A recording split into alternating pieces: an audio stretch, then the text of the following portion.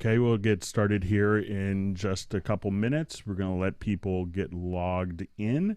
And for those of us that are watching it live, please feel free to introduce yourself. My name is Greg Ondo. I'm going to be presenting today from Northern Virginia area in the USA.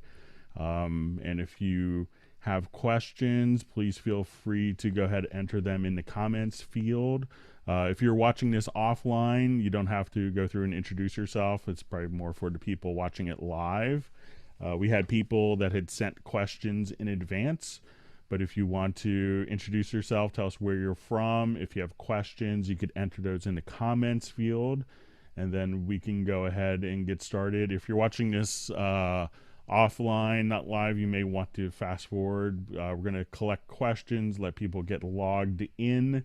So you may want to fast forward to about 10 minutes or so. We'll see how long it takes to kind of collect all the different questions and for the introductions to start. So we'll go ahead and check out some of the people logging in. So feel free to, again, ask questions. Tell us where you're from.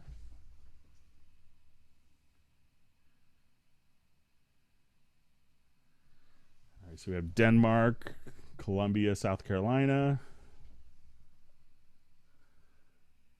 Los Angeles, Montreal via LA,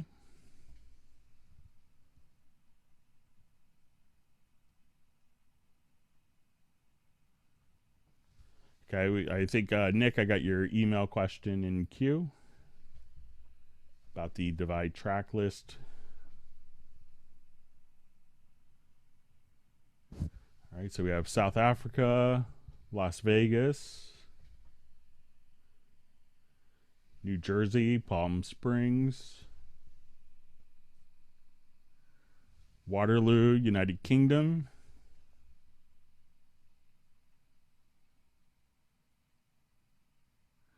Moscow,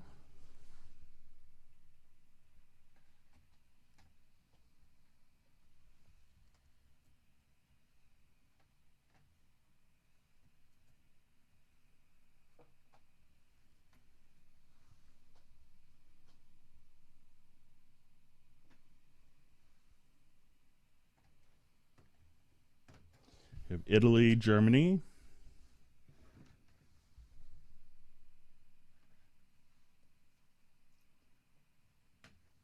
Lithuania,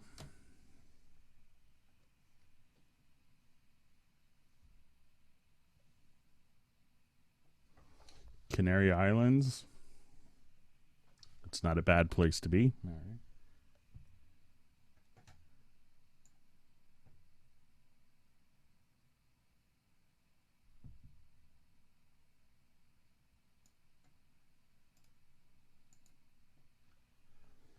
Okay, so we have some more questions coming in.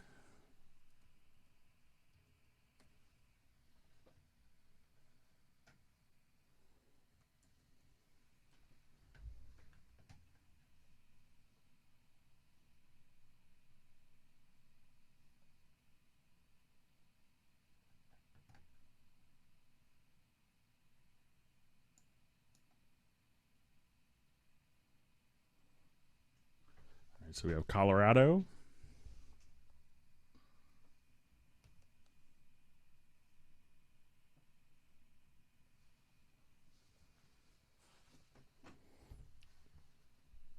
so once again, if you're just logging in, we're just doing introductions where people can tell us where they're from, and if you have questions, if you want to enter those in the comments field.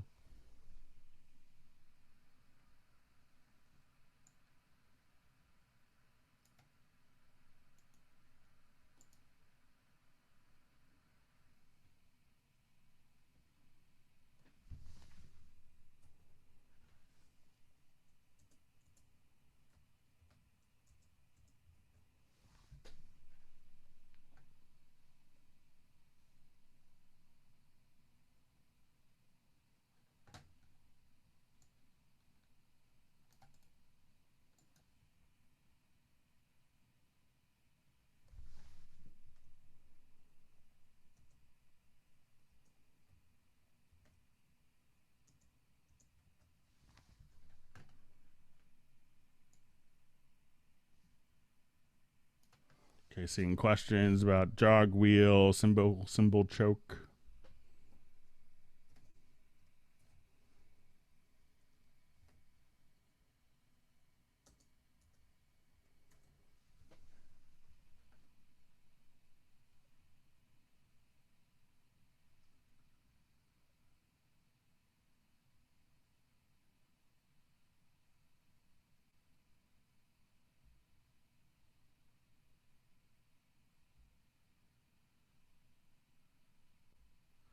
So New Mexico, Russia, some.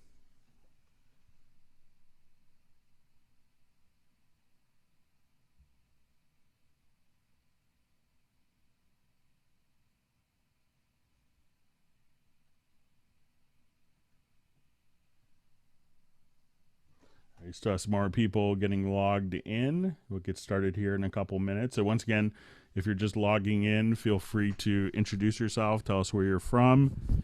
And also, if you have questions, we'll go ahead and you could enter those in the comments field. So, and I'll copy those over to my document so that we can get started.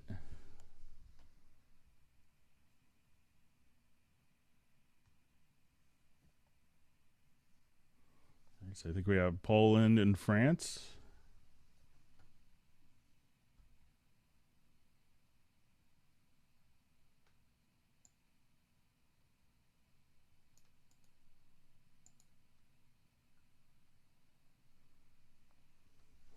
So I see a question that came in about comparing multiple mixes.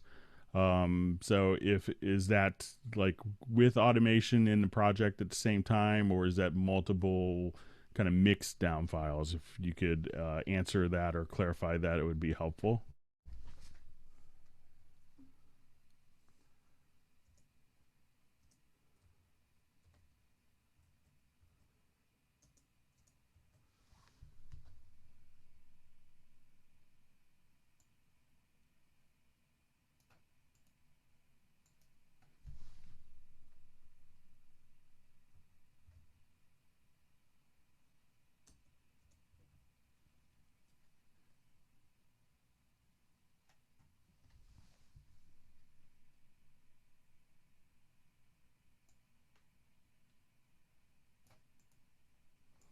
Okay, so we're just collecting questions. Get started here in just a couple minutes.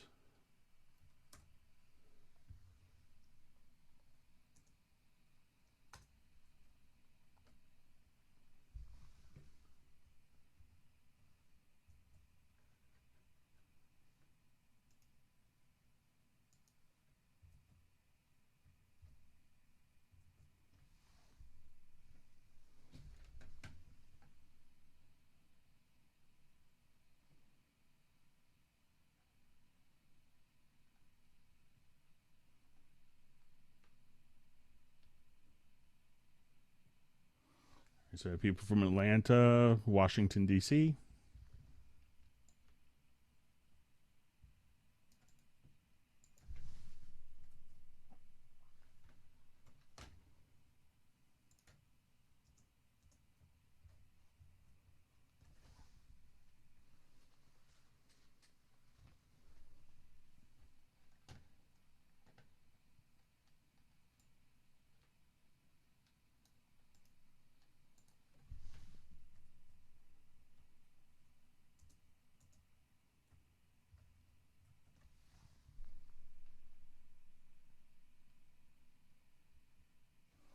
We have Bangladesh.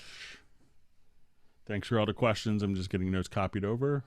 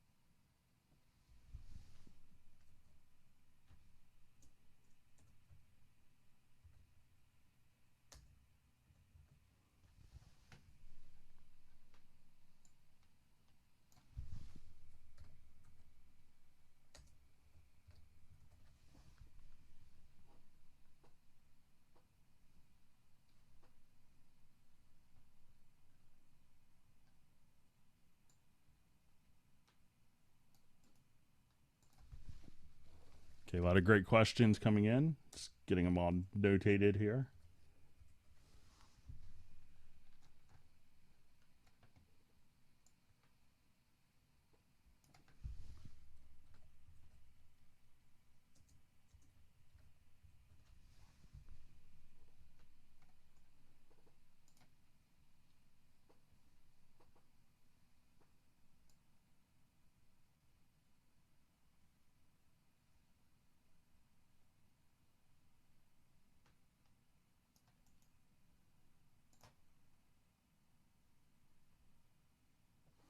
All right, so we have Berlin in Mexico.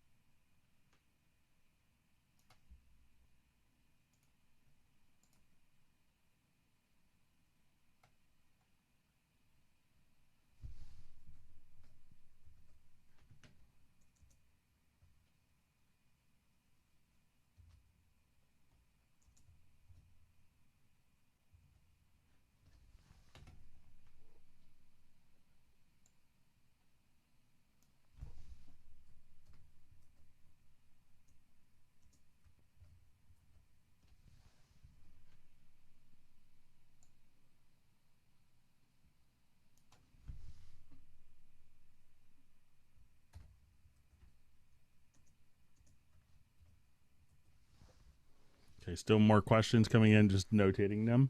And we'll get started here in just a couple minutes.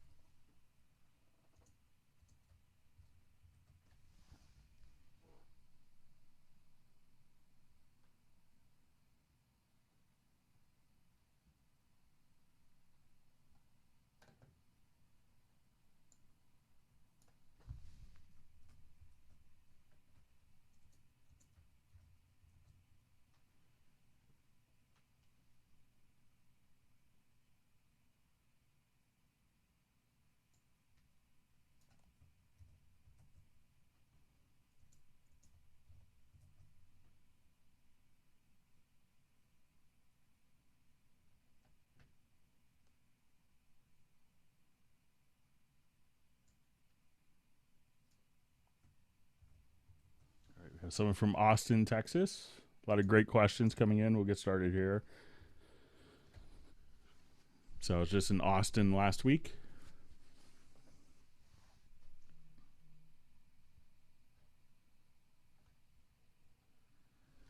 Okay, so we have a lot of questions to go through. Just organize my questions just a little bit and we'll get started.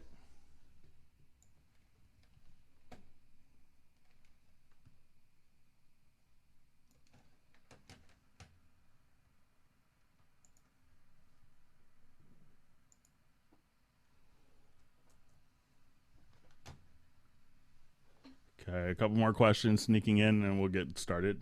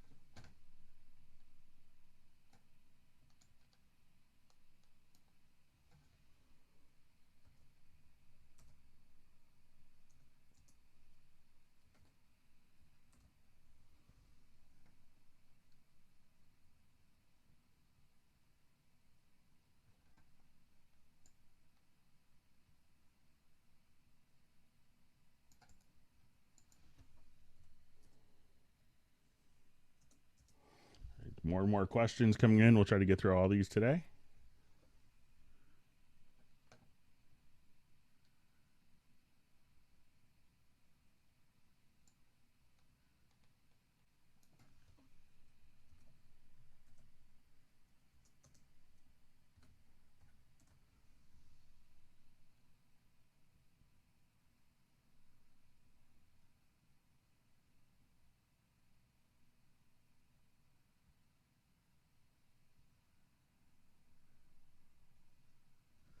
All right, so still more questions. I'm just getting these copied over, and we'll get started here in just a minute. Sorry, but we have a lot of great questions.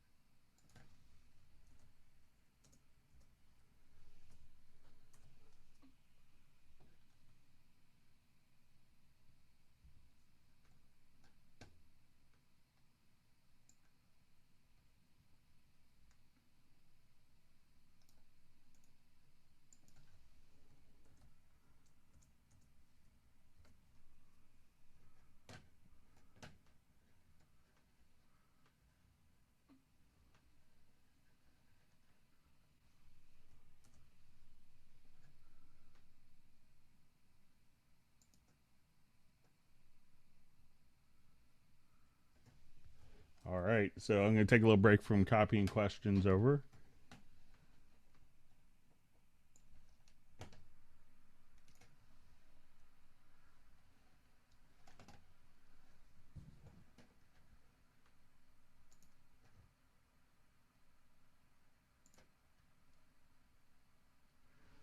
Okay, so let's go ahead and get started. Sorry, it's taken too long to copy questions. We had a lot of great questions, so let's go ahead and get started. A couple of easy kind of housekeeping ones.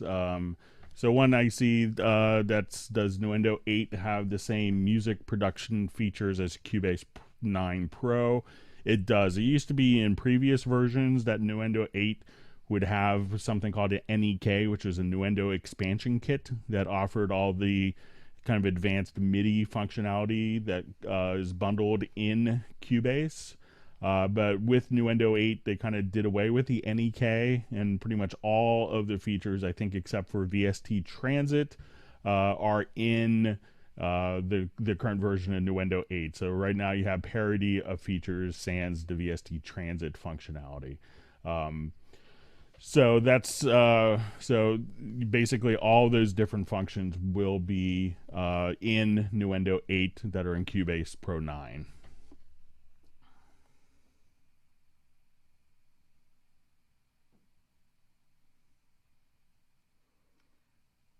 Okay, so we had a question: is it possible to, when moving from Windows to Apple, to use the upgrades from Artist to Pro 9? I reinstalled Windows, but have decided to move from Windows to Apple. Yes, the license to determine which level of Cubase that you're using, whether it's Elements, Artist, or Pro, is on the USB-E licenser. Especially with the Artist and Pro. So there's on a USB-E licenser, so you can go to your My Steinberg account and simply download. Once the license is on your USB key, you could download it to Mac or PC and move the computer and move your dongle to whatever computer you're on. So if you switch from Windows to Mac and then go to Mac to Windows, or even within the same facility, you can do that and just simply move your key around. So there's no problem switching platforms with Cubase. You don't have to do any reinstallations. Just simply reinstall the software. All the licensing is handled on your key. Move the key, and you're all set. Any key being the USB-E licenser.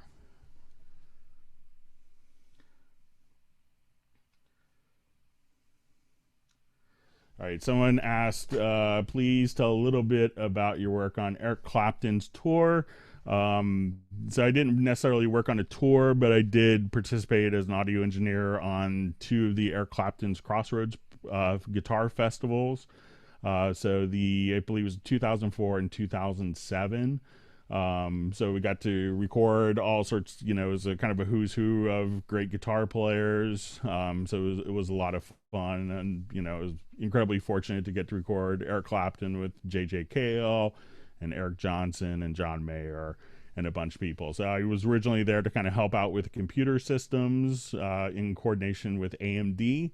So they had a team that was specialized in digital audio workstations, and then I kind of got roped into just recording for a whole day and broadcasting live to Sirius Radio. So I wasn't involved with the tour, but I did get to work on the Crossroads festivals for two of them. So.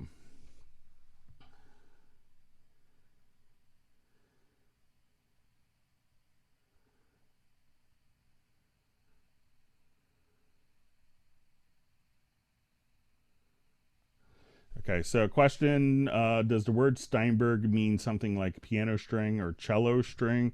It's actually the last name of Charlie Steinberg, who is one of the founders of the company of Steinberg with Manfred Rurup.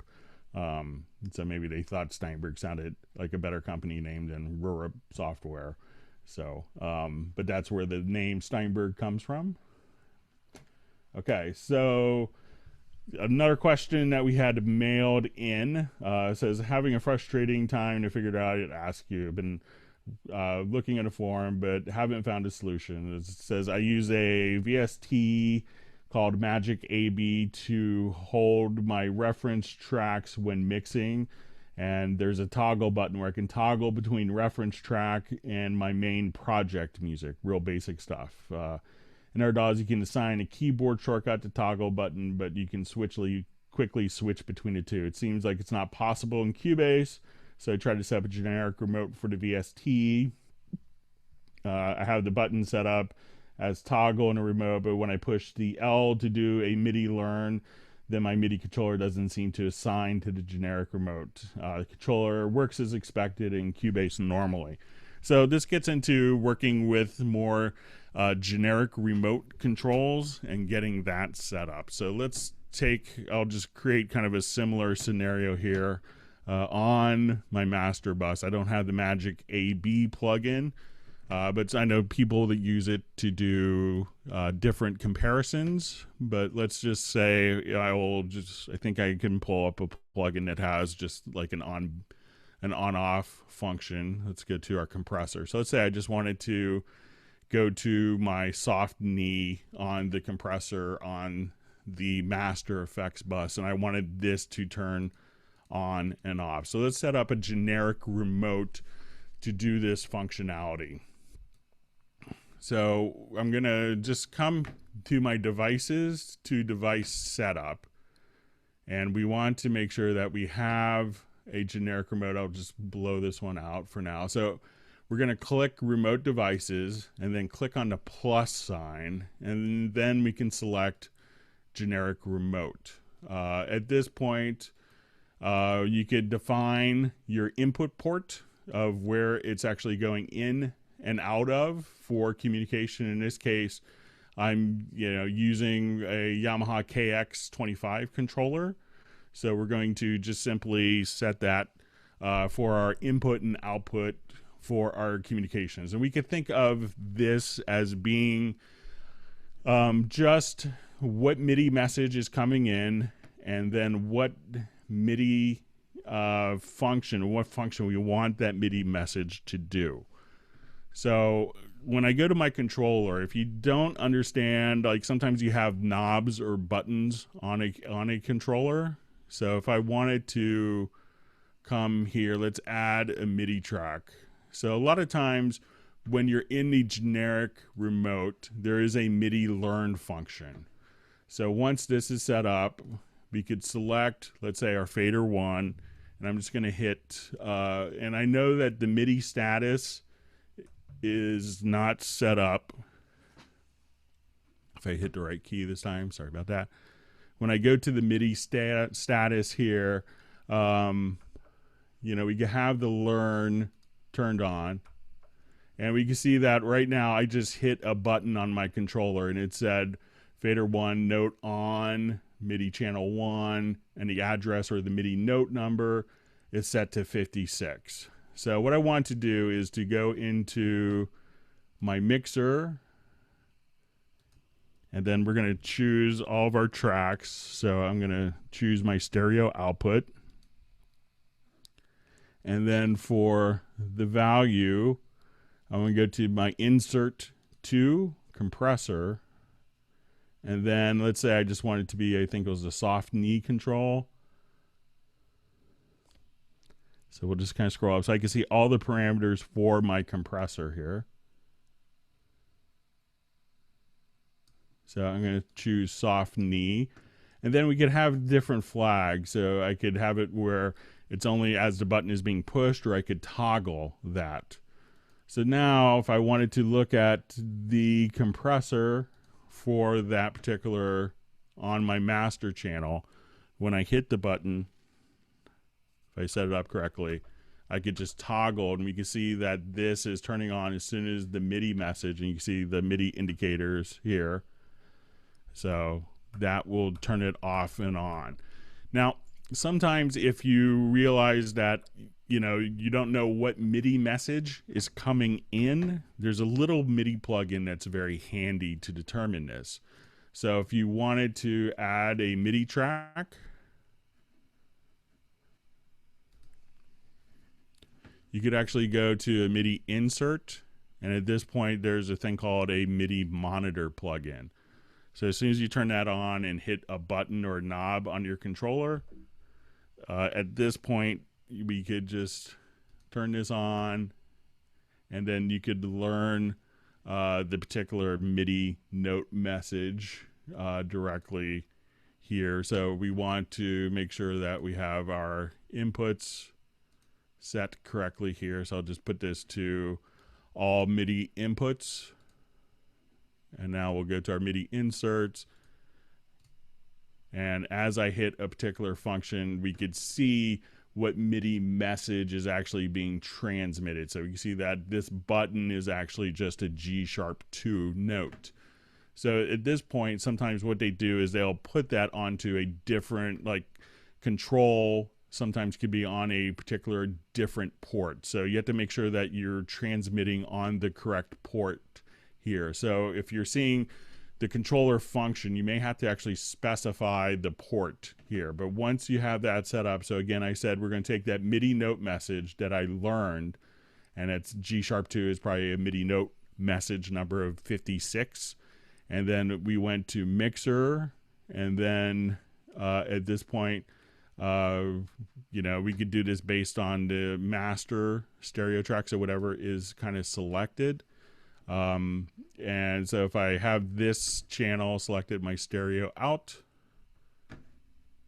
and we'll go to our device setup again, to our generic remote, that we could say we want this to be on our stereo out.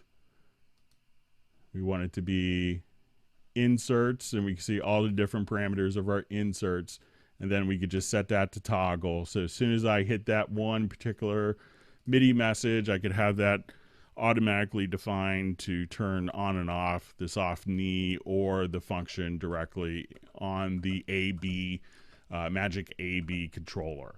Now there's another method that you could use as well, instead of having to use like a plugin to do this, and this is something that a lot of people miss, is let's say if I have a reference mix here, and let's say I have my mix all going here,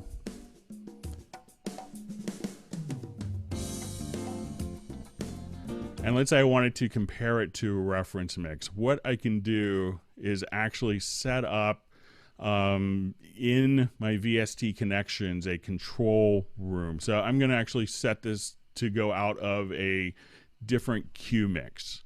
So you could right click, activate the control room, and in the studio you could actually just right click. I'll just go ahead and remove one here. And you could set up a Q mix. And we could think of the Q mixes, people often do it for headphone mixes. But if I wanted to use this as a reference, I'll give it a name of reference. And we're going to have this as Q mix 4. And then I could take my reference track, send this to no bus, and go to my Q mixes here. If you don't see the Q mix, just right click and turn it on. So as soon as we go to the Q sends, I want to activate Q send 4. And so when I go to my control room, I'll now just come here and let's go to our control room mixer. And what I want to do is I'll right click, we'll keep that always on top there. So this reference track is only going to Q mix 4. But the rest of the tracks, and let's say I've done like all sorts of fun stuff with EQs and compressors. Let's say I take my mix here and make it kind of excessively bright. So if I switch to Q mix 4, I'm only listening to this particular reference track. And if I go to mix, I could listen to my mix versus the reference track.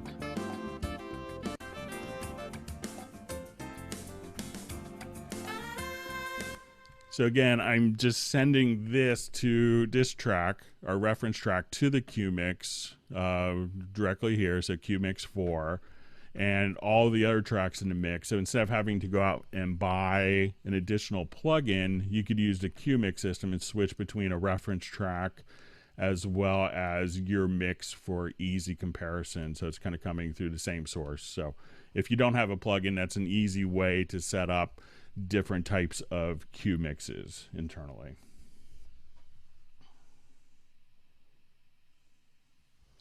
So, and in the question, they also asked about doing different quick keys controllers, but that should do the trick for you.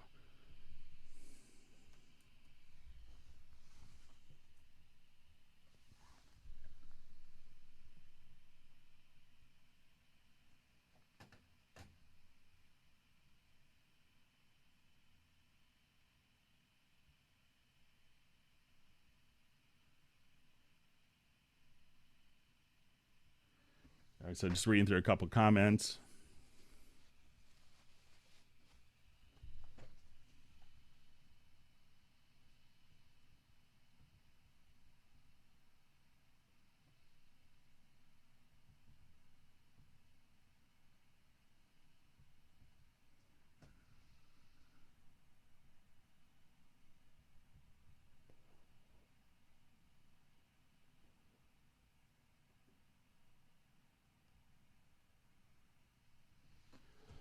So we see a comment about from the person who sent in the Magic AB question. So it would be contingent. So the further question is it contingent upon that living in the same slot in the insert? So yes, it would be contingent on that. So a lot of people that do that trick will just simply use we'll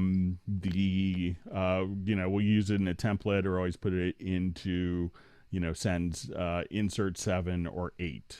So once you have that kind of set up, you could just simply maintain that throughout your entire production process.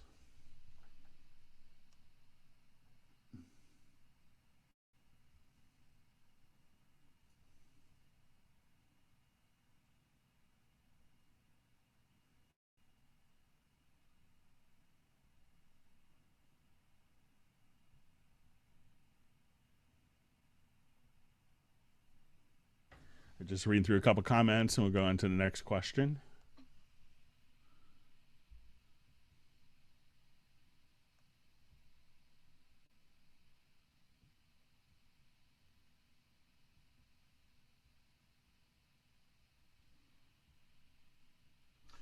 So following on this question, if you do a new project, do you have to reset this up?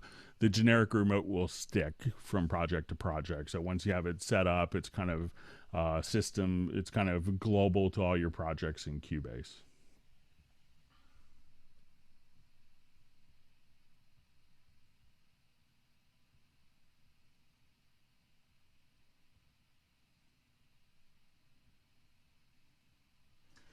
So I see a question: is the Behringer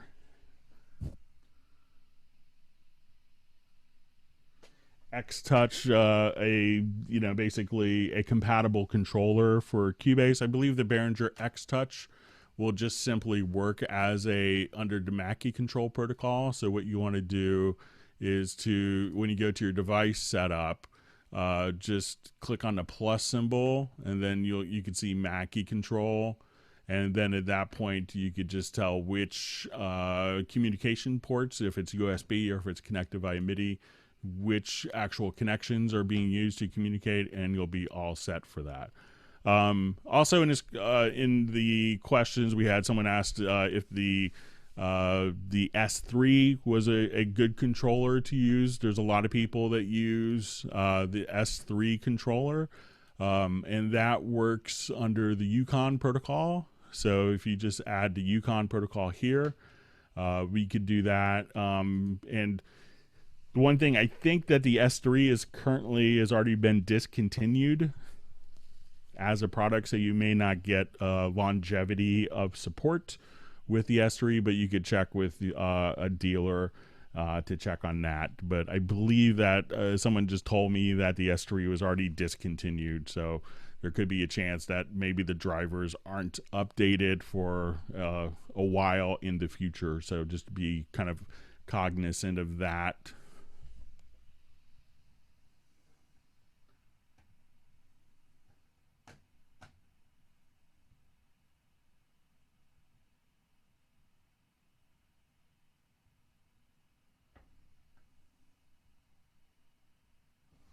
Okay, so question is, how can I default my inputs and outputs?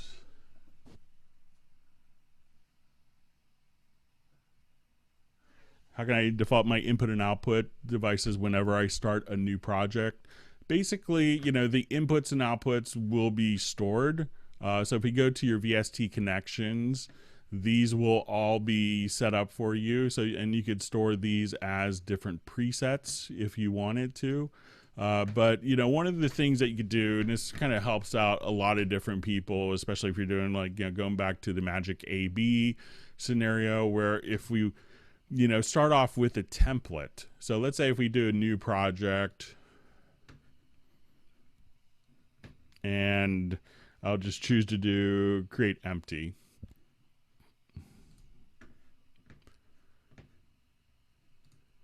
And let's say if I have, 16 mono tracks, and I wanted a groove agent.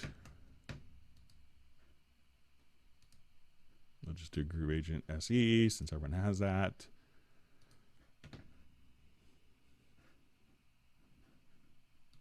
All right, and let's say I just want to load a quick kit with patterns here.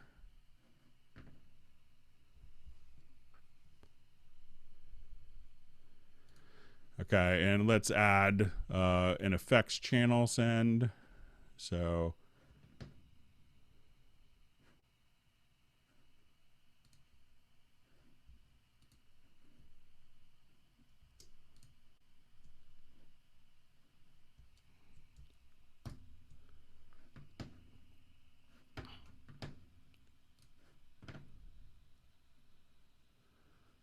just quickly put on a quick link.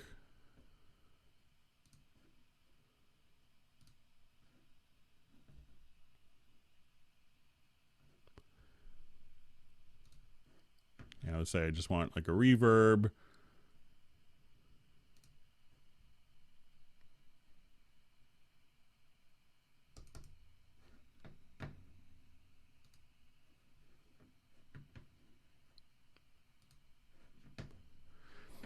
And let's say on my master fader, I wanted,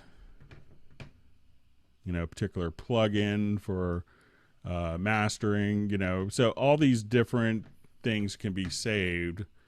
And at this point, all you'd have to do is when we go to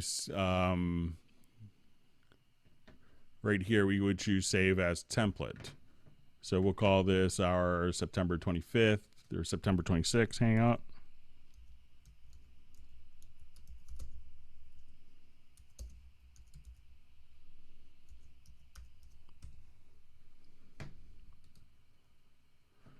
And now when you wanted to start a project, this could be all of your routing, all your effects ends, different inserts. You just go to your new project. And then when you go to more, you could actually now just come here and start off your template. And then everything will be organized exactly as you kind of left off. So when you work with templates, that's a great thing to be able to do. So again, you can just kind of come directly here and save as a template. And then you should be kind of all set to make that work for you.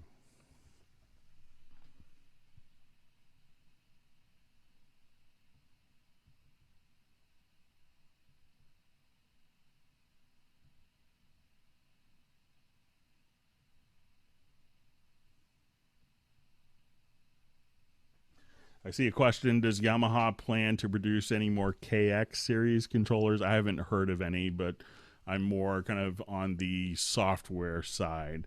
So I may not be the best person to comment on that. But, the Yamaha obviously makes a number of amazing keyboards that work great as controllers with Cubase, like the Montage or the MoX series. So.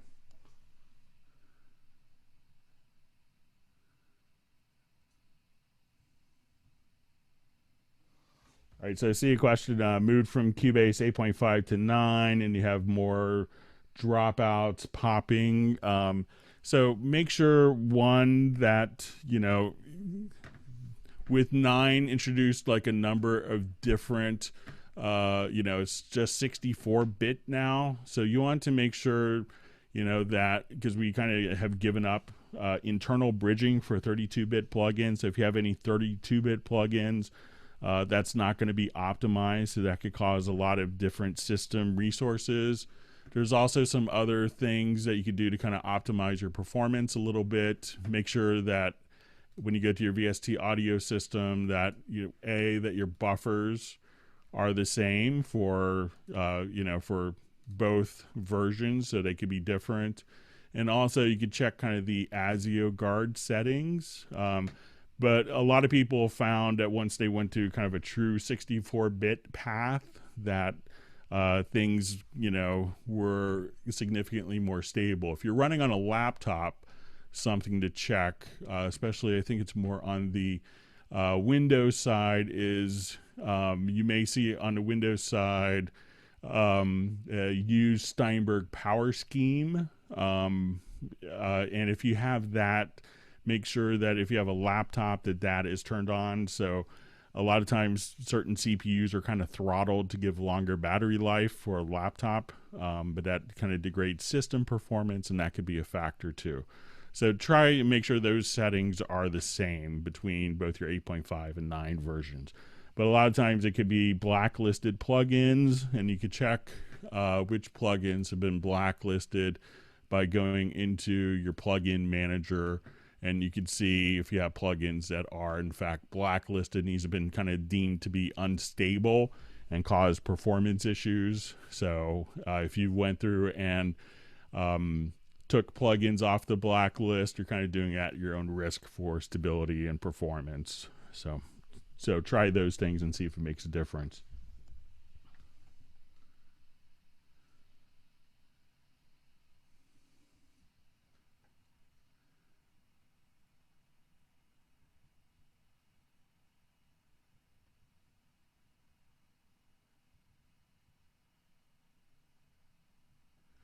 Okay, so question, can you,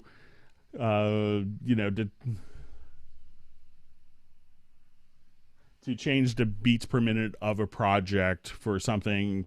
An example was the project tempo is set to 120, but the performer laid it down at 89 beats a minute. So depending on how it was recorded, if someone just recorded free rubato, you could go to and select a part. Let me see if I have a particular project. I may have one on here. Let me see if I can.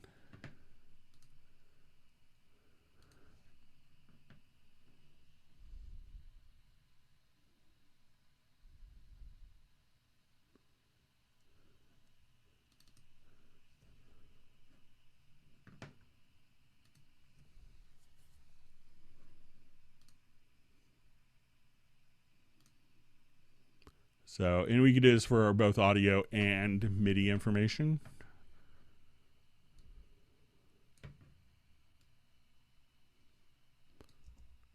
So we'll go ahead and just listen to this. If we put the click track on,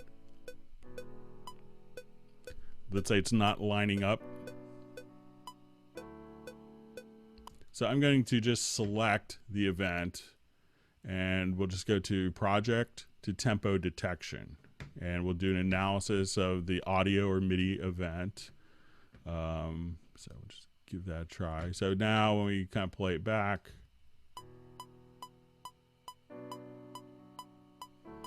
and let's just do offbeat correction. And you could also just divide by 2.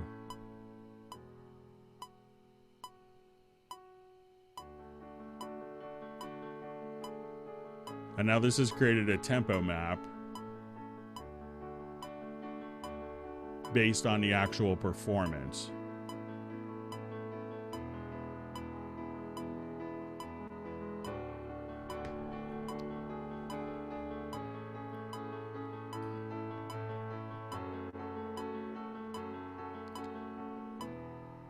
So that way, even if you have something that's not quite recorded directly to a click, whether it's audio or MIDI, again, just go to your project menu and choose the tempo detection, and that will go through and do a quick analysis and generate a tempo map. You know, if it's playing the same tempo all the time, it's very easy for it to do, or if it's kind of rubato, where you're going to have a lot of different fluctuations in tempo, like this is slight fluctuations, it will automatically create an accurate tempo map for you. So give that a try, and that will automatically be created, and we can see the tempo map activated as soon as that's done.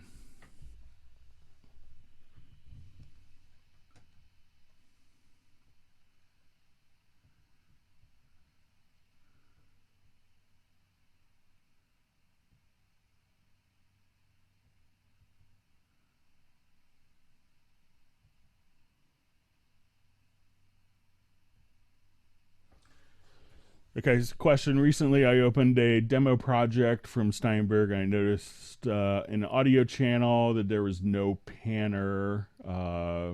How could it be created? It could be that maybe the VST outputs aren't set accordingly in your project. So, or if it's a 5.1 channel that's loading up as a stereo output in your VST connections, you may run into that. So let's say if I added a number of stereo tracks here.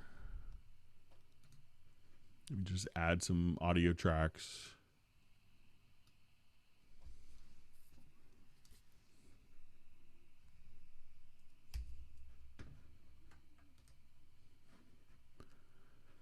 So now we have our panners, and it could be contingent on just how the VST connections are defined. So let's say if I only have a mono output,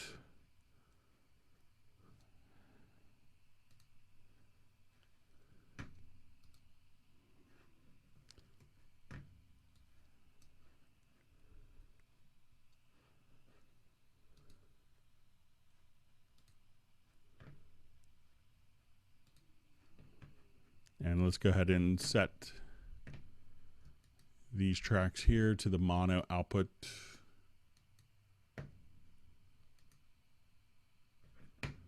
Still looks like the panning is there. But check just to make sure that the channel configuration is consistent in the project, and that if it's not like a 5.1 going to stereo. So if it's routed to a 5.1 and you don't have a 5.1 output, then that may carry over. So let's see if we could recreate that really quickly.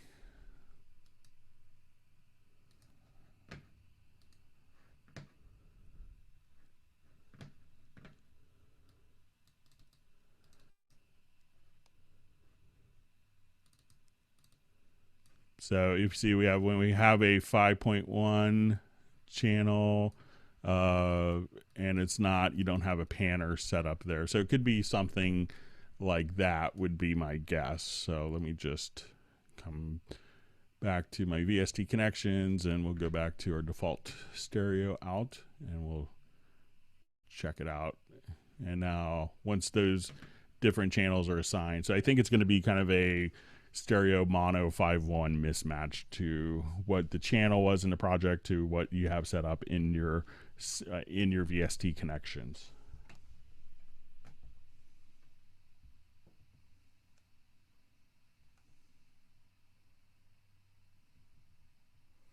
All right, so see comment with Nuendo 8, you'll have kind of the best of both worlds. So yeah, you'll have post-production, music production, and game audio production, all in one single application. So it kind of gives you the, the cumulative technologies of every project you'd possibly want to do. Nuendo can handle with great ease. All right, so I have Maurice from Reading, Pennsylvania checked in. I have my cousins live in Reading, so always like going there.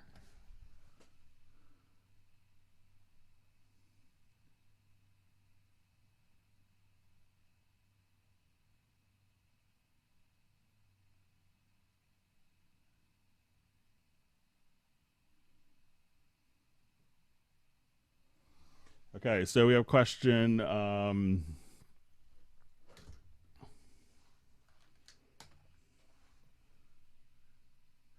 About setting a point to play from as opposed to the beginning of the project.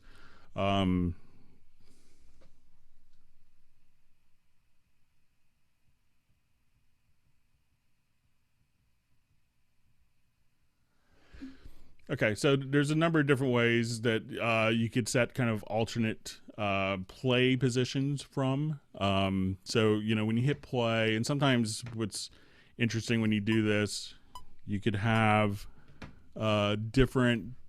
One thing that a lot of people miss is different start behaviors. So let me just revert this project here.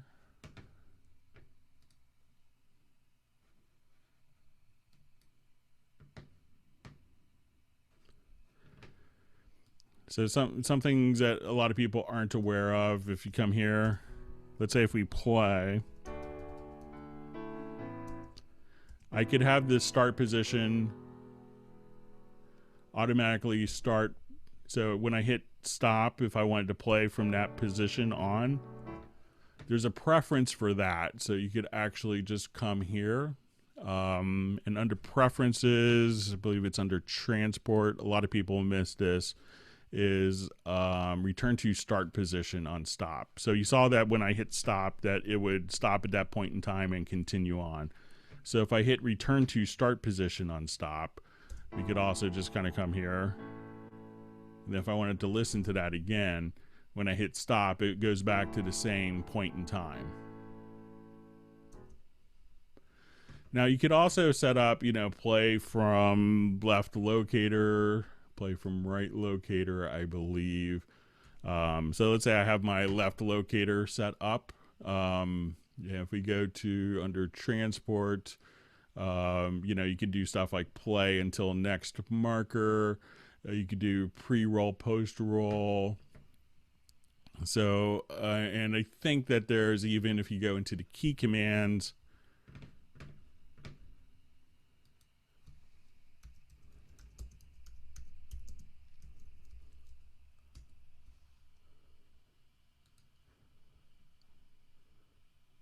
let me just look under transport. I think there's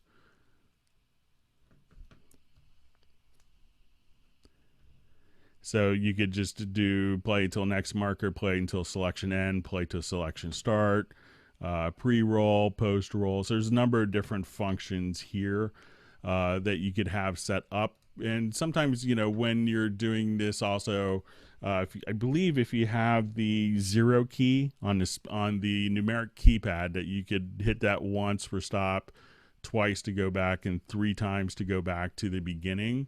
Some people will also set up, if they wanted to have like a pre-roll for the project, you know. So I think let me just find, there's one handy little key command. I think it's be under play selection range.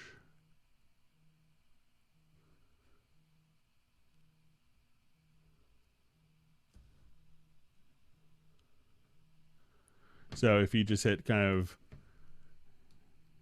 if you just wanted to come here, you could say option plus space bar will just play the selected range. And then when it gets to the end, let's say if we adjust that,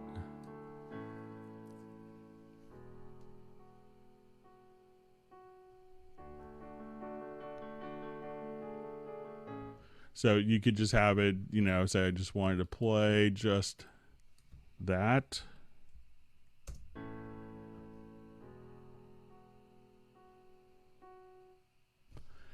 So that's another handy thing. Some people will want to have, you know, have done MIDI for a long time. One of the other things you could do is, if you go to your project setup, you could also set negative bars. So if you want to do or 2-bar offset,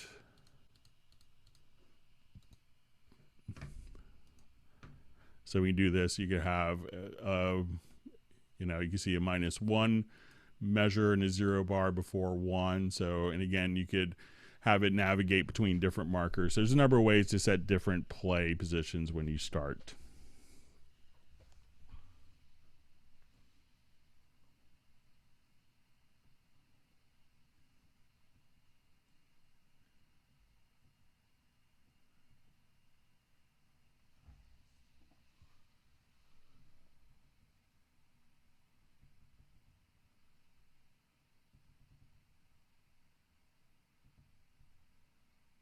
All right, just going through some of your questions and comments.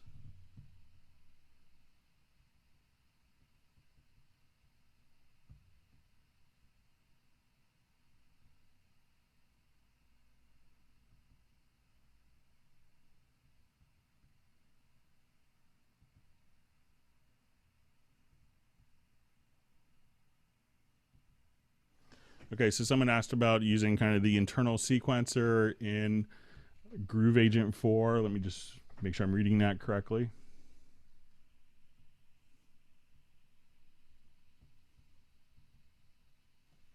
Okay, so if we have Groove Agent 4 enabled,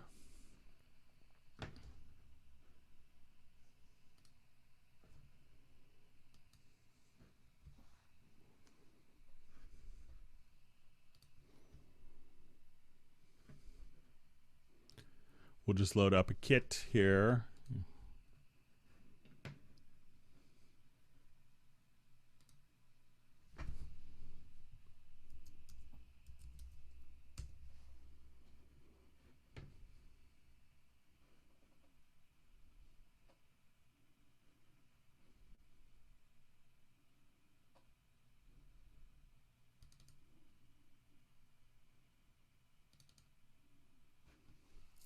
Okay, so we have, let's say, a kit open here, and in this kit we have different patterns. So if I wanted to just come here,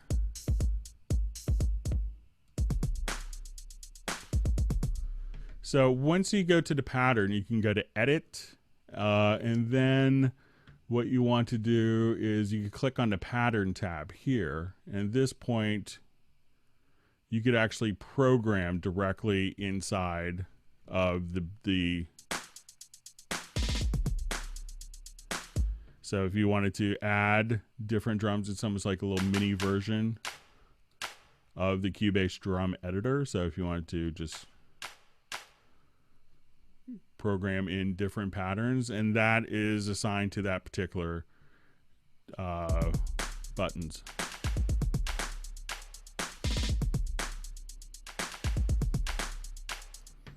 Yeah. So you could program directly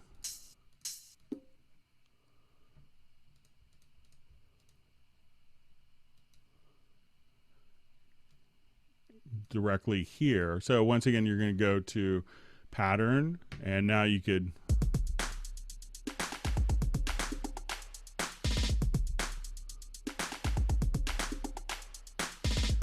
and create your own patterns just that easily. So that's one way that you could just program directly inside of Groove Agent 4 to do different patterns. So, and again, you could have you could copy the pattern, and then you have up to 128 different patterns that you could have per kit, and then you could just trigger those particular patterns from a MIDI note.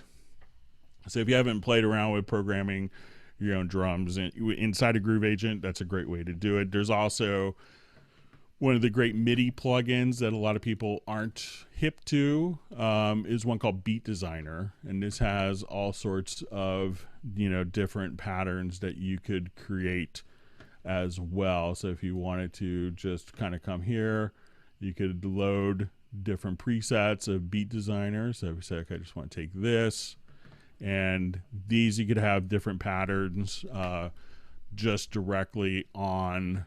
So as soon as you kind of come here and hit play, we could just have, let me just go out of range of the piano in our project. So now when I hit play,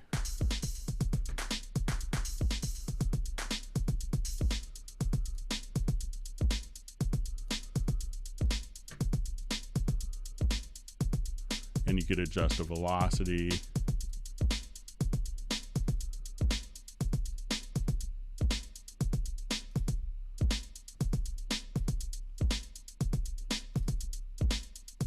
So that's another MIDI plugin that you could use with any drum source for coming up with quick, easy beats.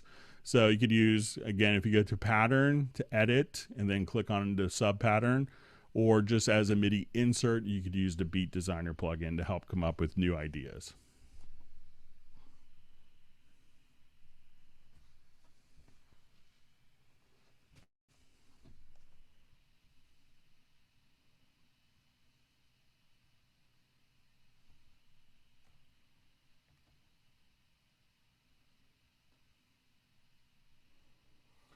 See, a question is Groove Agent 5 due out soon? I haven't heard of any plans, but I will be going to Hamburg next month for a distributor meeting where they often kind of show new stuff.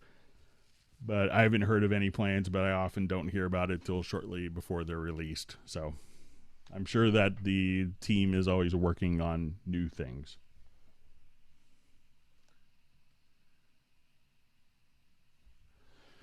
All right, so question, how do you get a loop from Loop Mash into an audio track?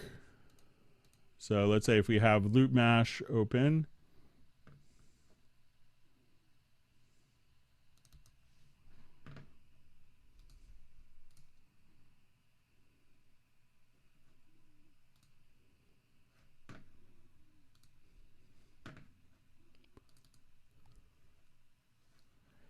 I don't think it's intended where you could easily kind of just drag and drop your different Loop Mash events here. So say,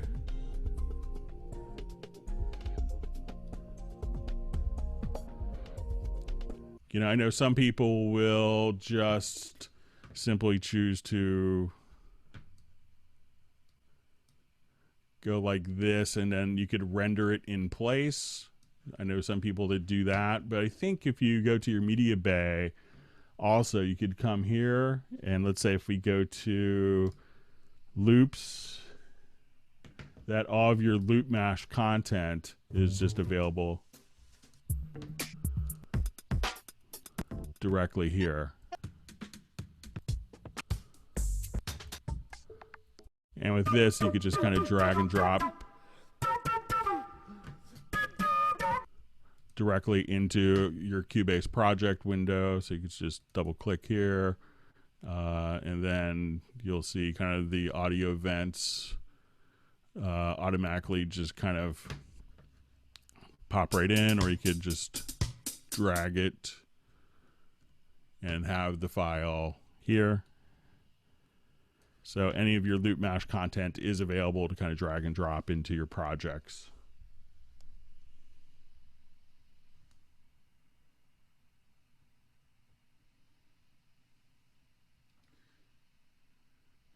All right, so we see Greg Clemmer on board. Good to see you, Greg.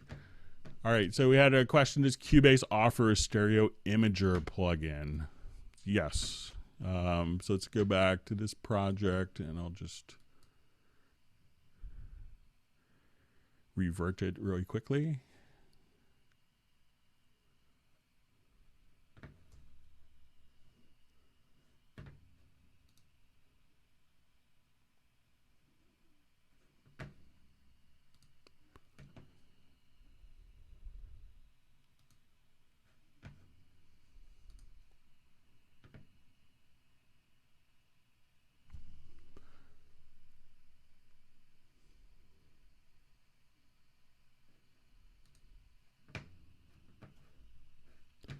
Okay, so let's say I'll just put this on our stereo bus, and I believe it's going to be found under spatial panner. And then you have a stereo enhancer here. So let's go ahead and take a quick listen to it.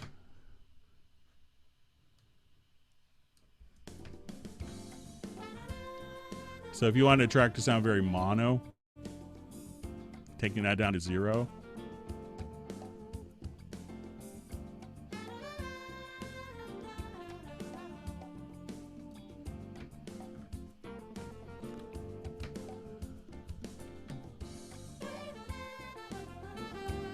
So we'll go ahead and just bypass it so you get an idea.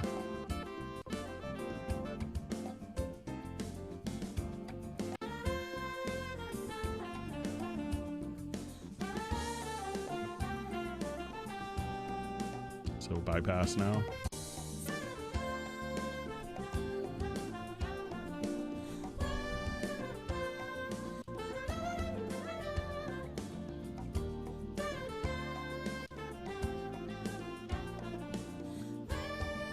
Just kind of extreme setting, so.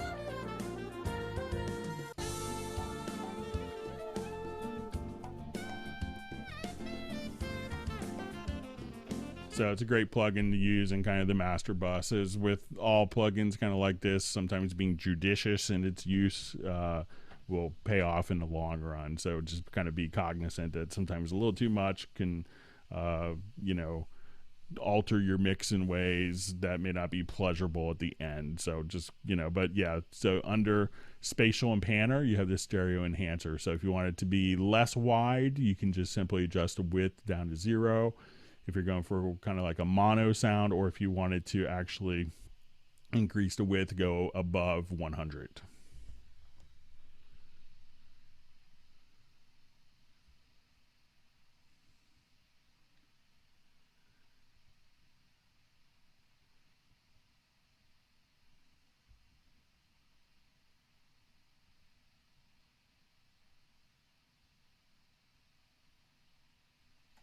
So seeing comments on, I hope Steinberg and Yamaha continue to update the CMC series controllers.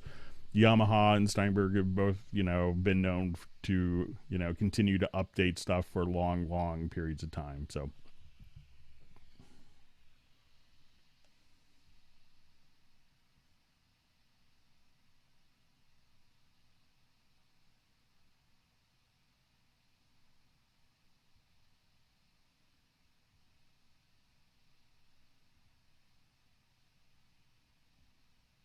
All right, so we have a question, kind of an interesting one. What impact does starting a project in Cubase with your stereo, your main output set to mono as opposed to stereo? What does it do? Sometimes it could be limiting in your routings. I know a lot of people that choose to work in mono for a long period of the process, like tracking often and a good chunk of mixing.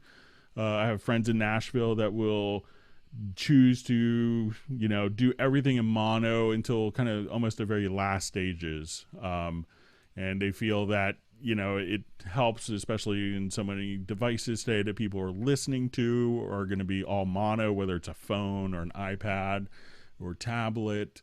But one other trick that you may want to do that won't affect potential routing down the road is if you go to your device setup, and let's say we go to your control room mixer, we could have down mix presets. So you could have everything set up for kind of all of your stereo sources here. And then as you are building the tracks and want to make sure that it's going to be mono compatible, you could just go to a mono down mix. And a lot of people will work just in the mono to make sure everything is fine. It's always good to do a mono check because it could really show weaknesses in the mix. And then when you want to start working on the panning and width, then just turn it to stereo.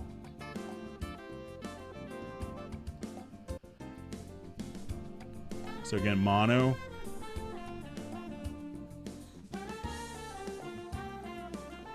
Or again, switching to stereo. So if you're looking for kind of make sure that everything is going to be cool for mono compatibility, you may want to just use the control room and do the mono down mix, and then just go to the stereo mix when you're doing the final tweak. So I know a lot of people do that method very successfully. And they find that their mixes translate very well. They're not so reliant on stereo panning. And then when they do the stereo panning, that they're constantly aware of how it's, working in a mono scenario and different listening environments. So instead of, to the point where maybe you'd have to change a lot of routing to stereo, I would maybe just do the mono down mix to work on mixing, because I don't see any real benefits of just having a mono output. There could be some, but none that kind of come to mind. So give that a try, and I think that will help.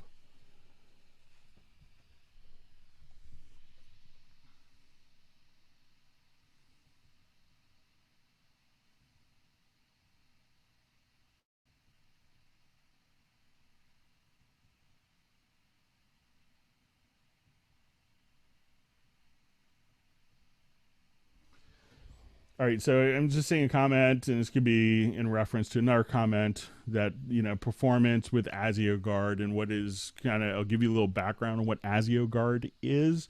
So ASIO Guard allows you to run kind of multiple stages of latency. So a lot of times we may be doing a track and have a latency of 512, but the things that are critical for latency, like real-time performance on virtual instrument or real-time performance on an actual recorded track, the active recorded tracks can actually be running at can run at 1 latency, and the other tracks can run at higher latencies. And then it's all kind of compensated for. Now, not every plugin handles that as well as it could and is optimized for that. So, but the engine in Cubase will allow you to kind of run the active recording track kind of at a lower latency than the other backing tracks and compensate for it. So that's just kind of a little background on what the ASIO Guard is doing.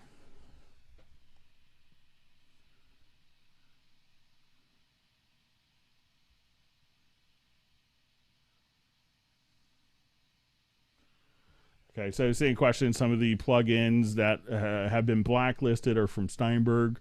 Some of our plugins will have 32-bit and 64-bit versions. So the 32-bit ones will be blacklisted generally by default. And, sometimes people are running plugins from 1997, stuff like that. So, those plugins are a little old and probably, may not be turned into 64-bit versions.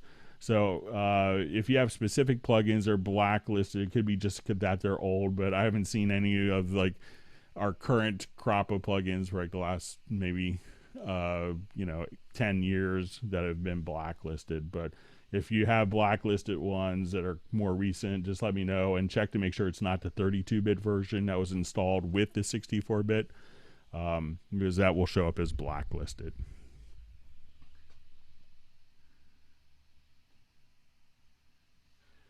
Okay, so we had a question, is there a time stretch tool for audio? So let's go ahead and take a look at that. Let's do a new project here.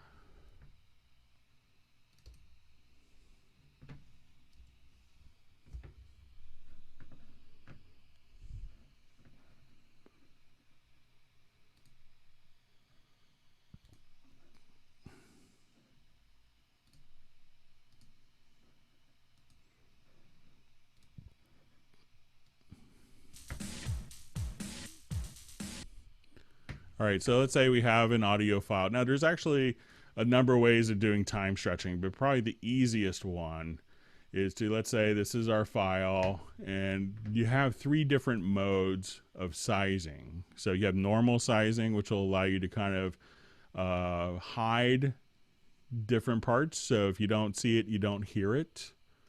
So when you grab the bottom handles, you also have sizing moves content. So if I want the beginning of this clip to start, let's say right in the middle, and we can position the end where it will.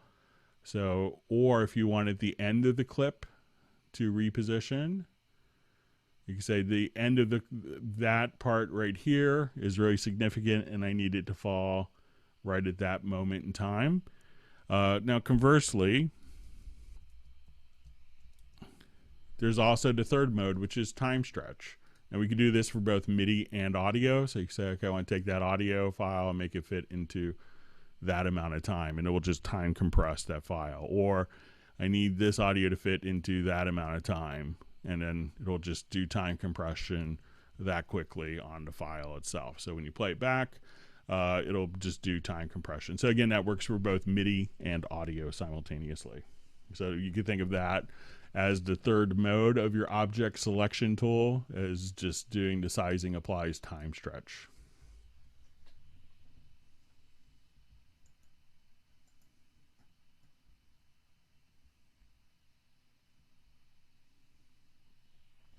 So we have a question, is the MG Mixer sort of like a UR series? They will share some components. I believe some of the mic pre-design, the D pre, will be identical, but there will be slightly different converters. And sometimes with the MG mixers, you may not have the same number of outputs.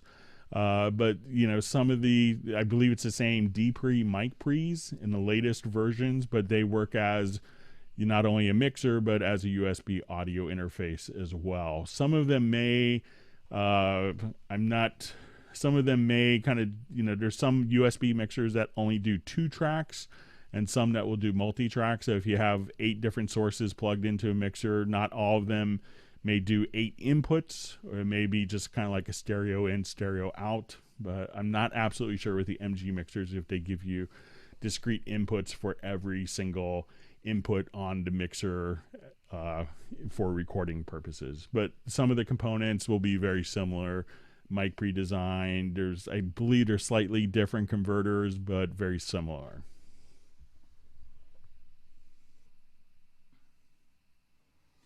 I see someone saying your UR series has outlived 2 different computers. They're built like tanks, so the build quality is really good. I have one UR22 that I still carry in my bag that probably has over 500,000 miles of flights on it and travel throughout the world, and just boots up every day. There's a couple scratches on it, but I kind of wear it like a badge of honor for all the flights it's gone through.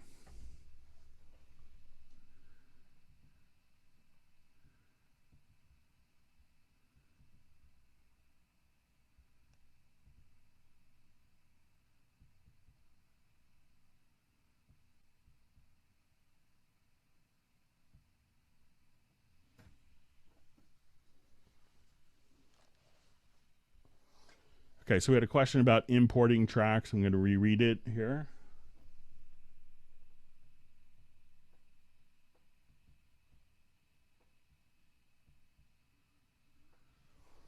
Okay, so so the question is about importing tracks from another project and saying that the settings aren't mirroring it. So So let's say if I wanted to go to a new project here.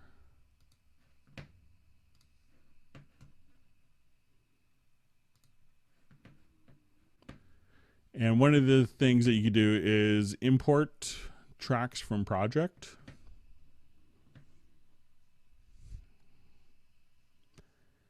And let's say if I wanted to import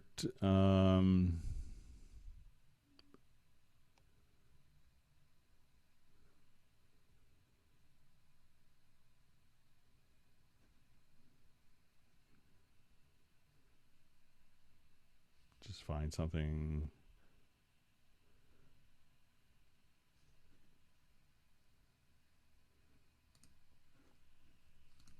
So I will select a project here.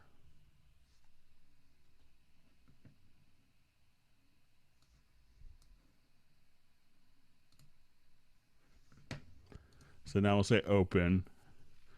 And now I could actually select all or select none of the projects. We could make sure that we have the correct frame rate. And now at this point I could import all the different files. We could import them to new tracks, or if you wanted to, you could also choose to import them. If you have existing tracks, you could remap them. So let's say if I have 16 tracks,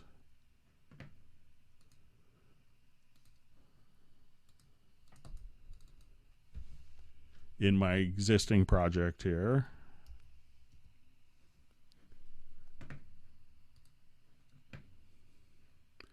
and I choose import tracks from project.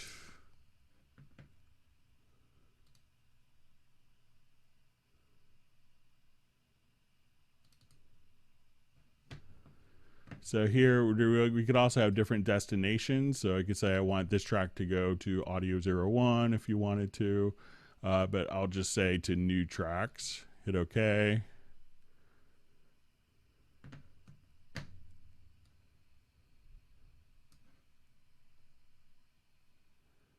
And then at that point, you could just have all of your different tracks. And let me see, I think they may be imported. I'll just do another one here just to show you.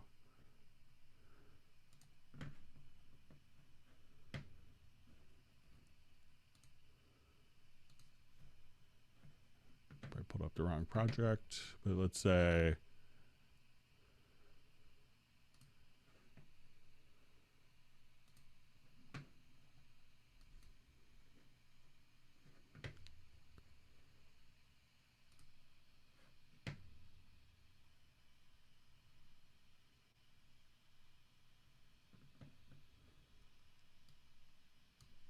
so at that point you could just do it. It usually imports the media. I think I'm doing something wrong. Let me just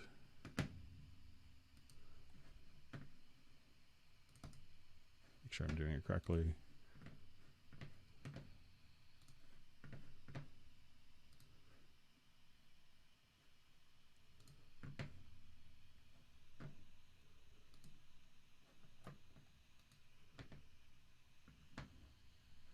So now we'll just say copy media to active project folder. So then you could have kind of your different projects, you know, all the settings carry over directly there. And if we get to the pool, all of your files will be in the pool as well. So, so play around with the import tracks from project, and I think that will do the trick for you.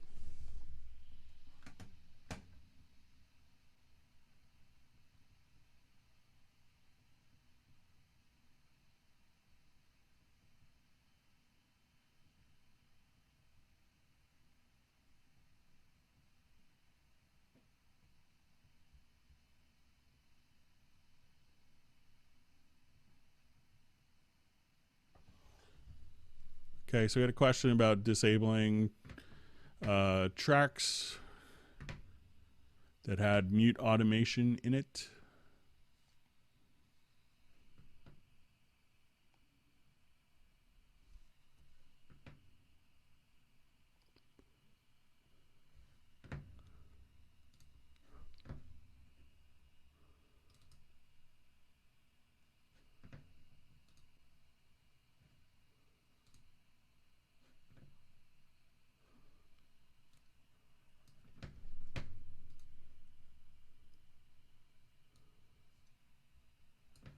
give this a try really quick.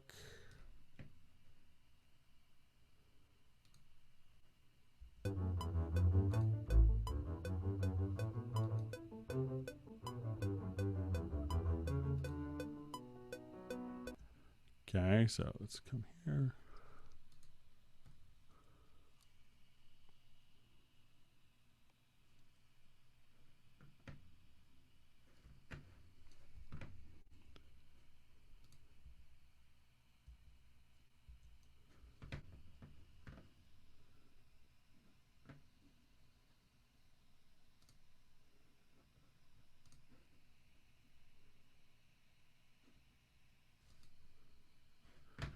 Okay, so we have our mute automation here. So let's go ahead and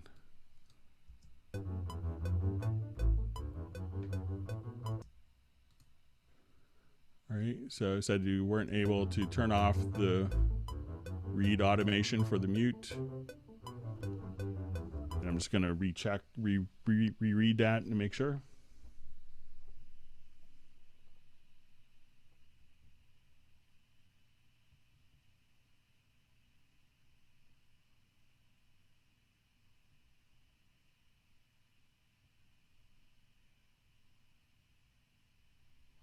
Okay, it was containing volume automation. So sorry, I misread it.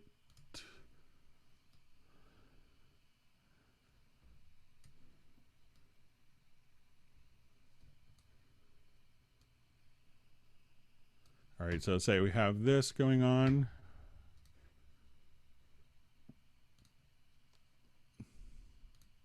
So we'll go ahead and read the automation. So we'll watch the fader.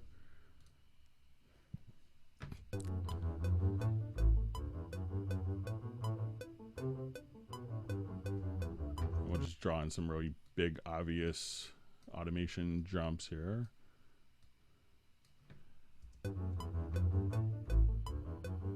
So now if I come here, let's disable automation.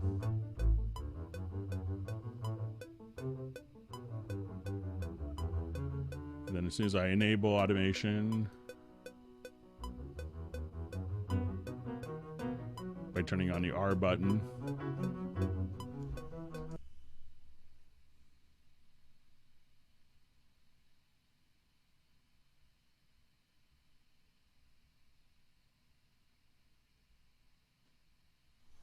okay, so I think this, if I misunderstood this one more time, sorry, let me just, it might be working with both independently.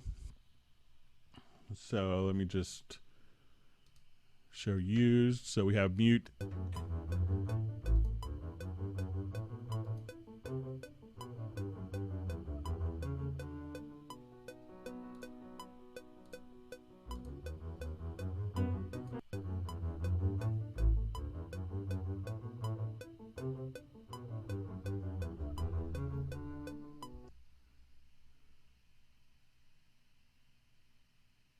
Okay, so I think this might be what the question is. Maybe it's kind of muting, like perhaps I could be misreading this, like if there's a volume and mute automation where this kind of does both, but if you mute one particular automation track, if you open up both, and you could actually just go to functions from the automation panel, which you could open from F6 and say show used. So let me know if that's kind of what you want to do to be able to kind of work both independently. I'm just going to reread it. Maybe I'm just being slow on this one.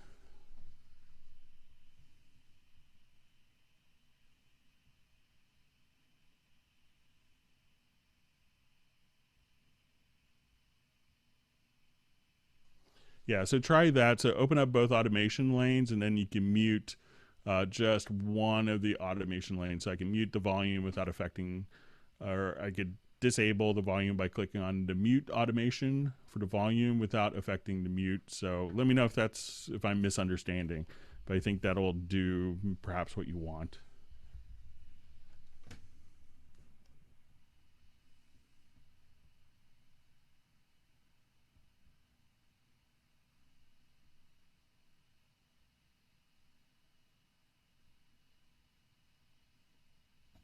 Okay, so we have a question: can a score editor do real-time updates as you're playing an instrument?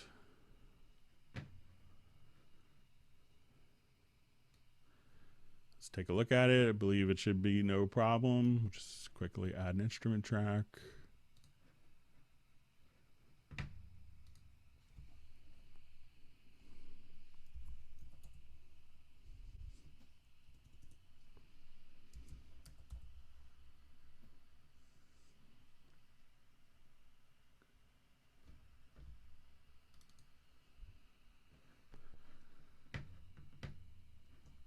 Okay, so let's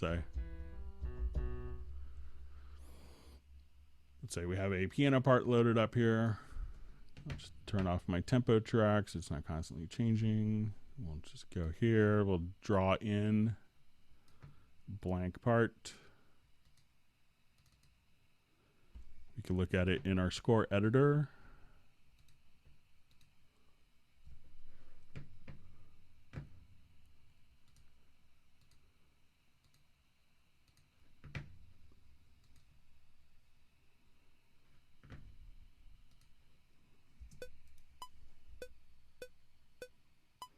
All right, so let's just put it in record.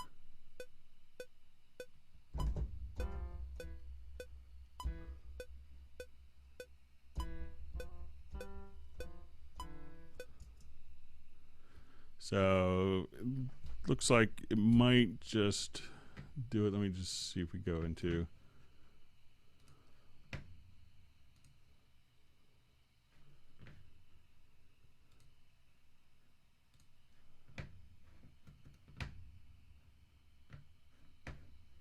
Sorry about that.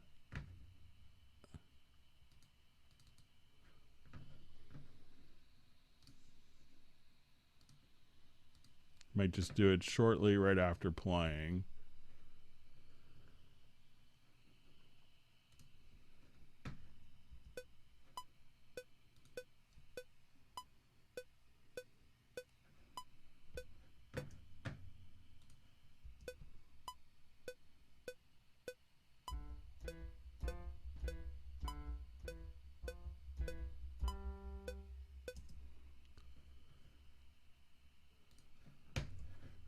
Just do it back in the in place, or just this editor.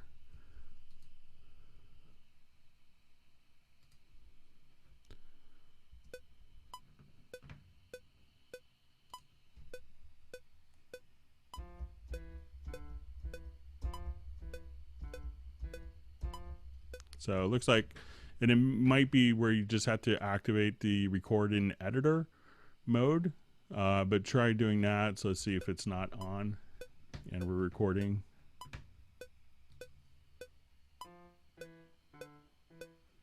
just fast forward here a little bit.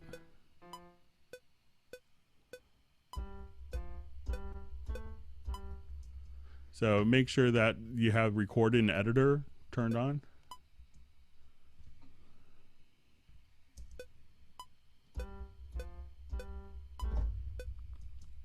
And I'll hit record here.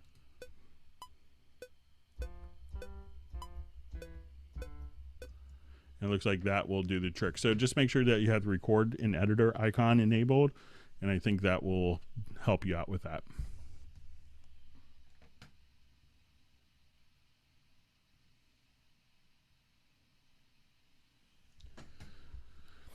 All right, so we see need to copy and paste event to a cursor. So let's say if I have this audio event and I want it to go to the cursor, you could just right click and say move to cursor.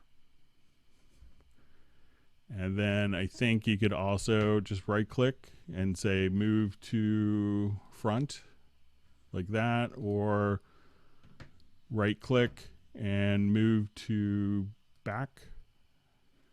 So, but anywhere that your cursor is at, you can just simply just come right here and say move to cursor, like that, and you could have the automation automatically carry over.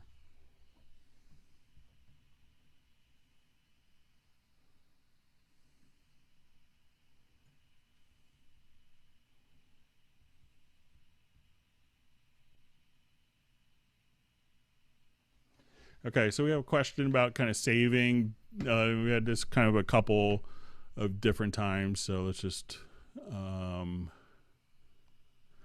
revert this about maybe saving different mixers settings.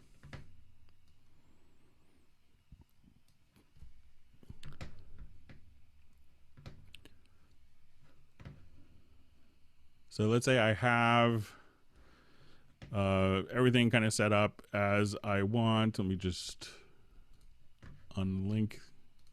We'll turn off my quick link.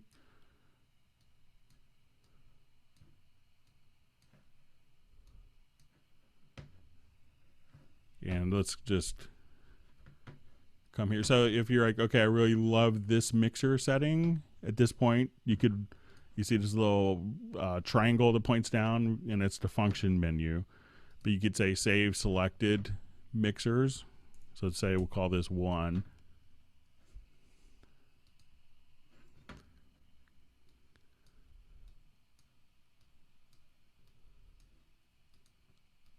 And this would include the EQs and sends. And so now we'll just come here,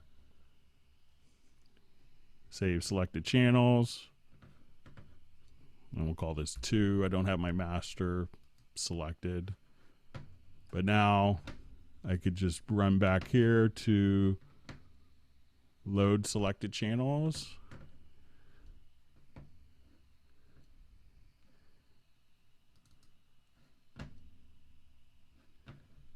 And again, load selected channels.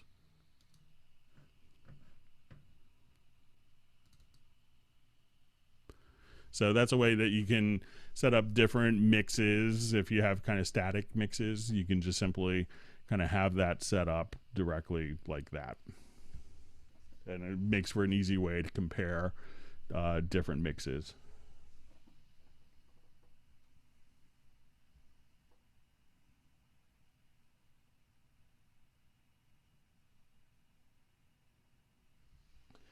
Okay, so I see a question. How can you switch your Simon Phillips from Groove Agent SE to Groove Agent?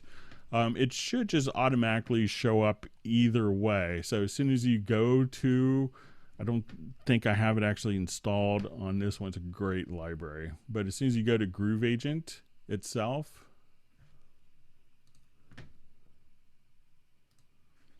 and once you're here, you should say load kit with patterns.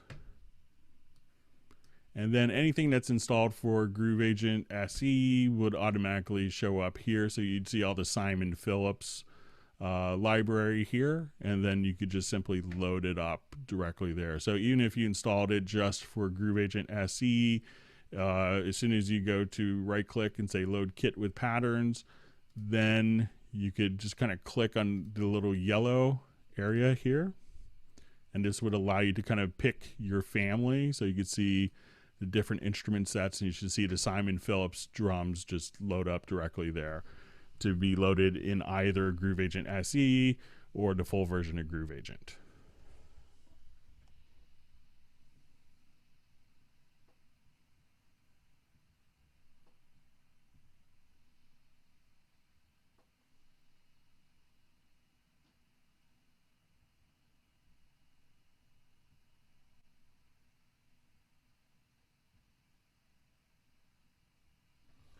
All right, so I see a question, how to record 2 different audio interfaces, one with a universal audio Apollo, and the second interface being a fractal. Generally, you know, what you want to do is on the Mac platform, you could go into your utilities. It's going to be different on Mac or PC. But if you go on the Mac platform, if you're running Mac,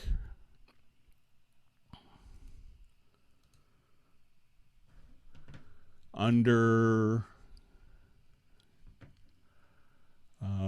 say under applications, you'll see utilities, and then there is a utility called audio MIDI setup. And once this is turned on, you could create an aggregate.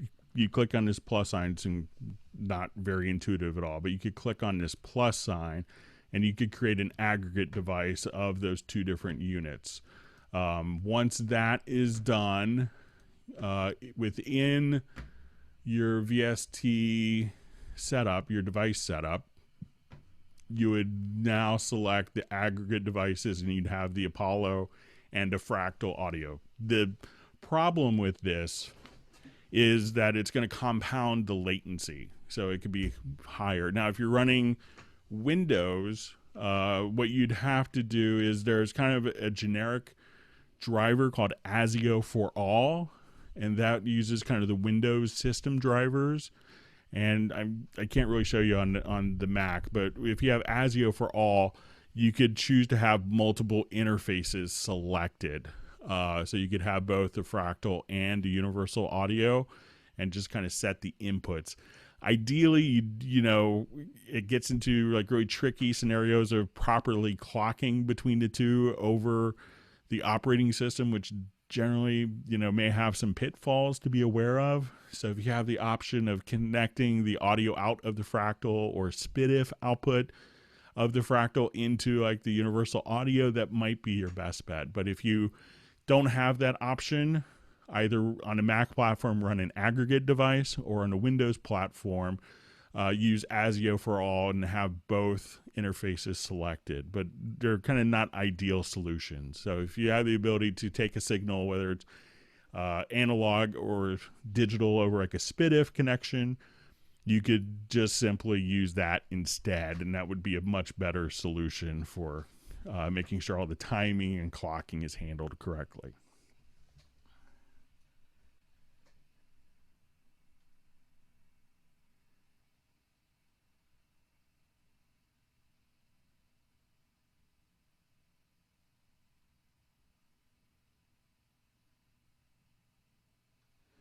Okay, so same question. Don't understand the purpose of the new sampler control feature versus Groove Agent. You know, in some ways they're similar, but with, you know, this, I believe it's maybe the sampler track that you're referring to. So let's take a look at that. So the sampler track is really intended to be, you know, a very quick, easy way of doing, you know, sound design. So if you wanted to, let's say I just want to take that piano chord here, I could actually just kind of, you know, choose.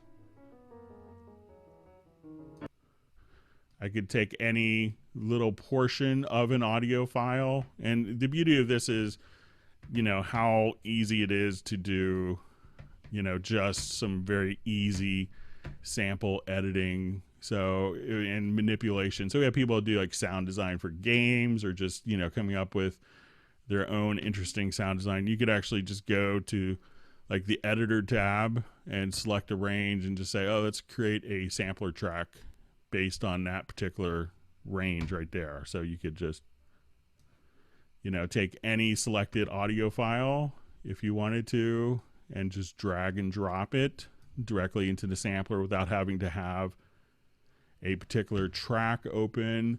You could also just go through, you know, a number of different sound effects. So if you just wanted to drag and drop any audio file from your media bay and immediately play it. So it's a lot more, you know, apparent to have it automatically mapped out for you. And the fact that when you go to the pool window, that you could actually just come here and not only see your audio, but you'd have your sampler track, all those as different audio files that will be archived independently. So it really gets to be just a super fast, easy way of kind of working and being able to manipulate audio. Plus here it's a little easier to approach having different filters. While you could do some of that directly in Groove Agent, it could be not as obvious originally. So if you want to set your loop points, and the cool thing is you could actually, if you wanted to take it directly into Groove Agent, you could actually just say, transfer the sampler to Groove Agent SE. At this point, it's just going to load up that sample directly in Groove Agent SE, so you could play it kind of wherever you wanted to.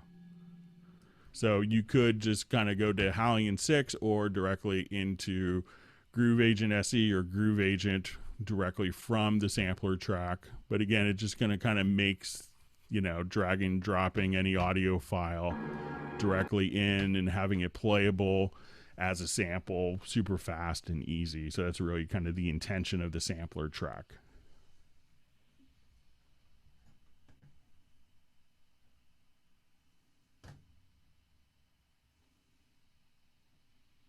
All right, just reading through some of the comments. Thanks everyone for the wonderful questions.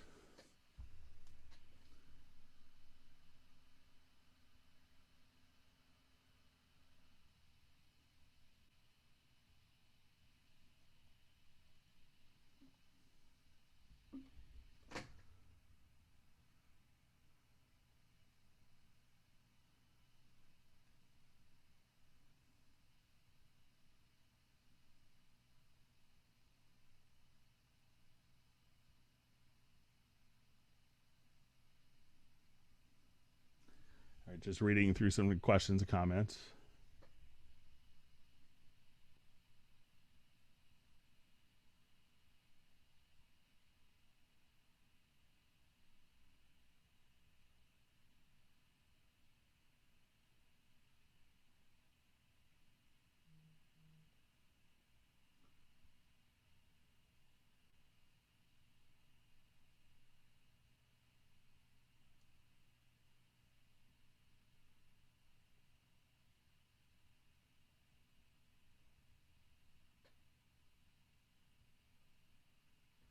So seeing questions on the Yamaha Montage keyboard. So I think one of the things that you'll generally find with Yamaha equipment is it's definitely over engineered for durability and longevity. Someone else mentioned earlier in one of the threads about, someone has a Yamaha controller keyboard for 27 years. It's still working. So that's kind of the typical longevity you get with a lot of the Yamaha products. So I don't think it'd be any different with the Montage.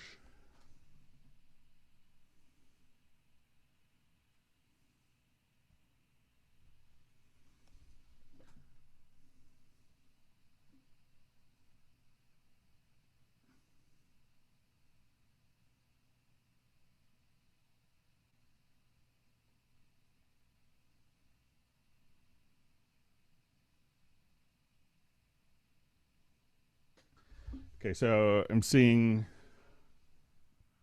a question on how do I rename all tracks that I activated additional outputs for, like Groove Agent SE.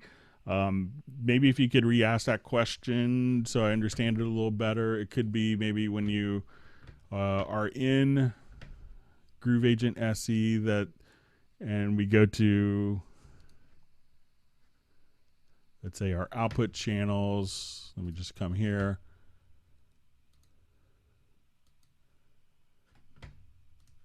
So I'm not sure if it's kind of with the naming of the output channels in the MixConsole.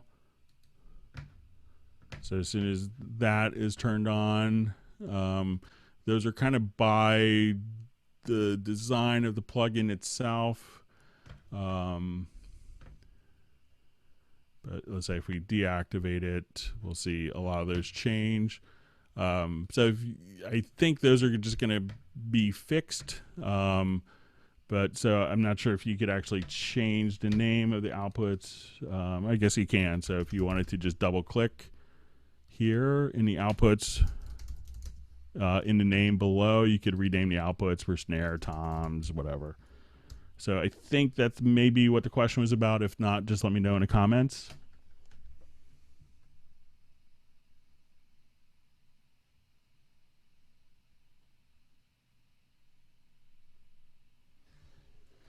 I'm seeing some comments about the isotope plugins being blacklisted. It's true. A lot of them do get blacklisted because they're failing in the diagnostic test. So it's not really such an issue. I think Isotope is aware of it. I'm not sure if they've issued updates, but that was a surprise to a lot of people that some of those plugins were being blacklisted, but they're being blacklisted because they fail kind of a diagnostics test. So you may want to check to make sure you have the latest version of the Isotope plugins, and make sure you have the latest ones, or they could have been updated.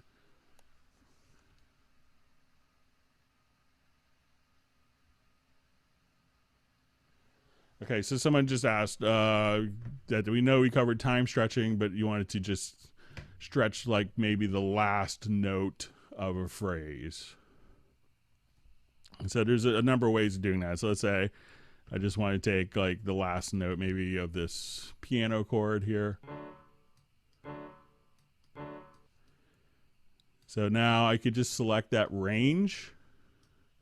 I'll just turn my snap off by hitting J. And then you could just go to audio and then process. And here you could have time stretch as well. And you could see this in kind of, you know, you see kind of time stretch factor. So you can say, okay, let's just come here. And now what was kind of a longer can now be. So you could just simply do an offline, select a particular range of notes here and go to your audio menu and then just go to process, and then you could time stretch it directly from there. And there's kind of, you know, different time stretching algorithms as well. So if you wanted to just, you know, do it twice, you know, you could do it just kind of like that. So that's a method to time stretch a particular note in a phrase in an offline manner without having to break it down into different parts. But you could also, you know, just literally cut a part here, and let's say erase this. Set that note to sizing applies time stretch.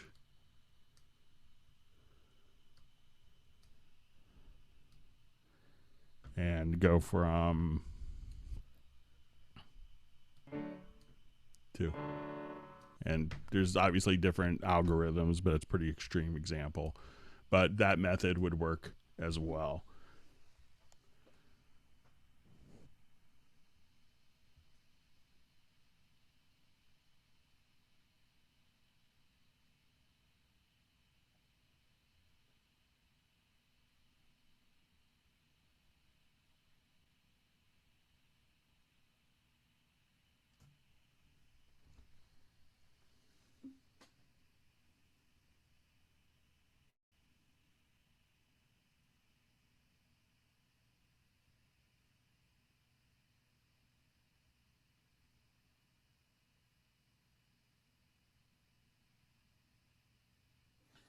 All right, so I've seen a question about having a vocal follow the chord track. Let me just reread it here.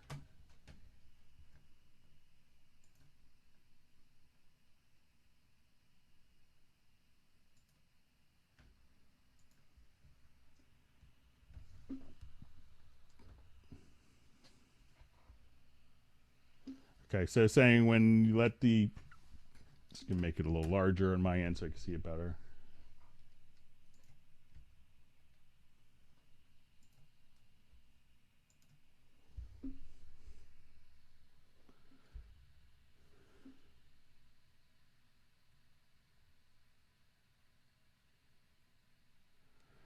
Okay, so it says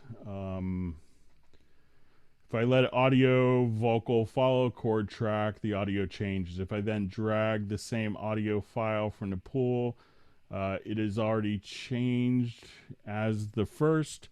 I think what it is when you're dragging the new file, if you're dragging it to the same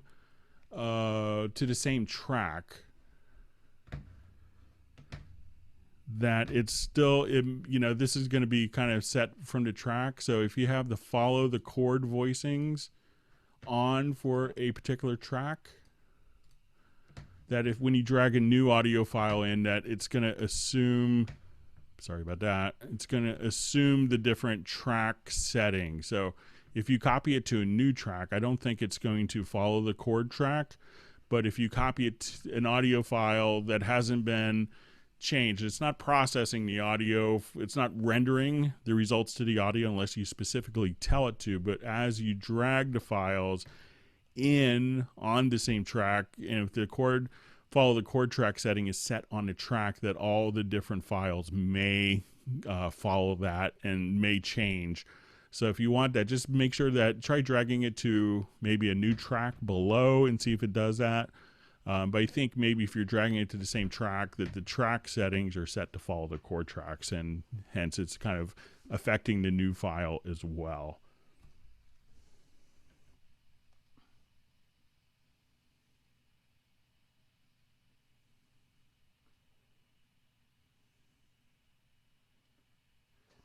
All right, so we had a question mailed in by Nick, who's been very patient, about working with the divide track list function.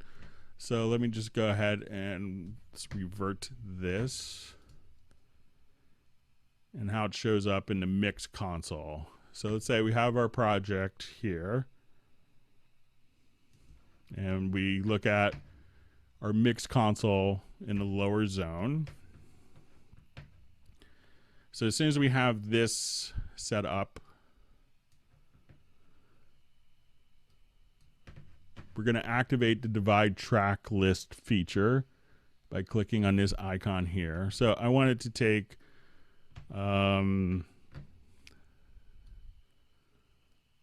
let's say one of the piano parts here.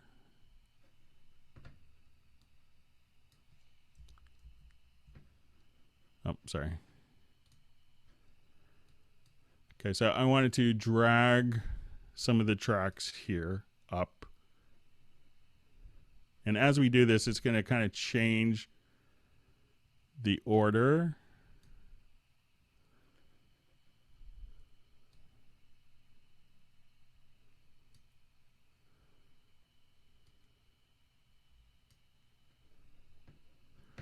So we could kind of look at the colors of the different tracks. So let's say if we have our divide, if you're not familiar with the divide track list, it allows you to kind of have almost two separate zones. So I could have tracks at the top and tracks at the bottom.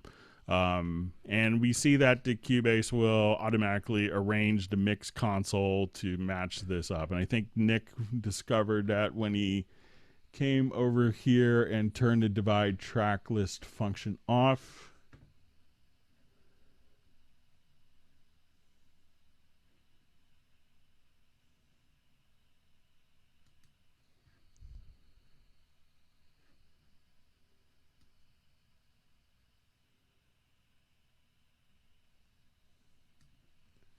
Here, and let's watch the mixer channels, that these kind of jump to the bottom. So we're going to say piano 1 closed, piano room L, bass 1. So these then kind of jump when they go out. They don't go back to the original zone, and now if we divide the track list again, that they'll kind of jump back. So Nick, maybe if you could just point out if I'm understanding, you expect it to kind of go back to the same exact area of the track list as opposed to jumping down to the bottom. So I can see where maybe you expected to jump back to where it was, but it's going to move it kind of as a cluster to the right down to the bottom of the tracks. Once it's going into divide track list, I could see where maybe you'd want it. I think maybe Nick wants it to go back to where it was, but what it is, once that's disabled, they go sent to the bottom all the way to the right of the MixConsole. So I think that's how it works. I understand how you may not want that, but if you could just clarify, I think that's the part that's you find annoying. But I will see if I could come up with some clever thing to work on it some more. I played around a little bit, but I think that's just how it works. But I could pass it on when I'm in Hamburg next month.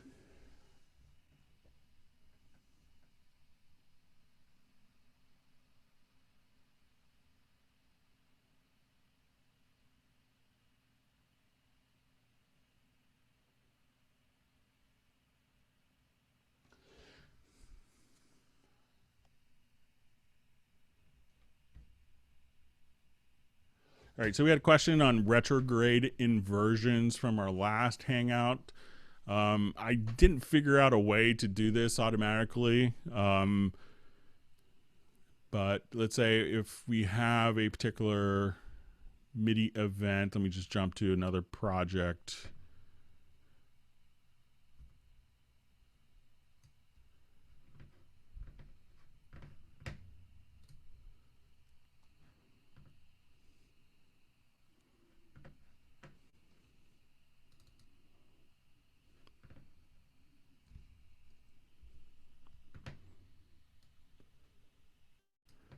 Okay, so let's just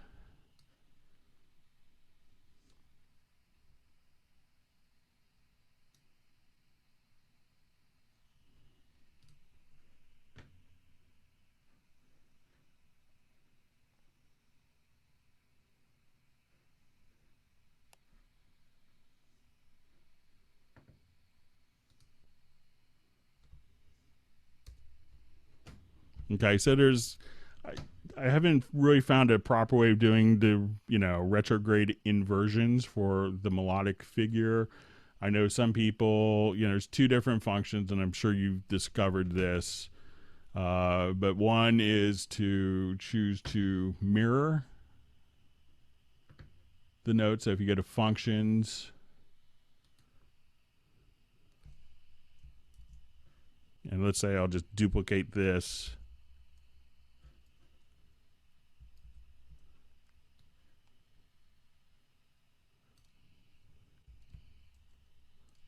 Let me just undo this. And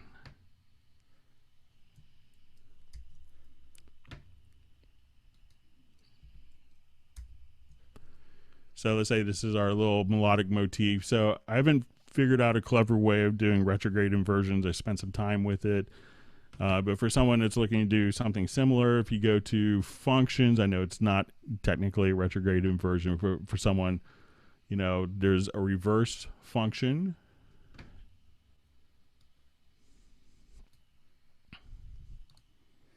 And a mirror function.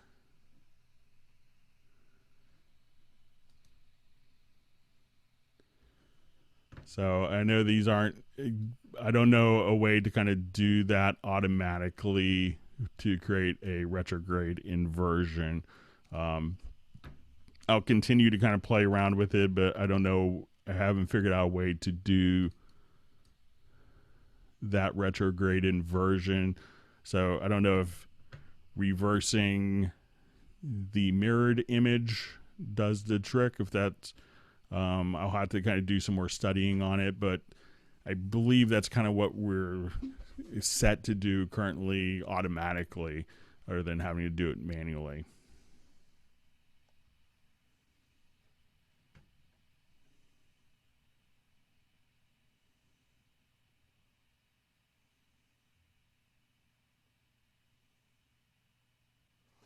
Okay, so we have a question if there's a way to record an audio file, I believe, to the recorded position.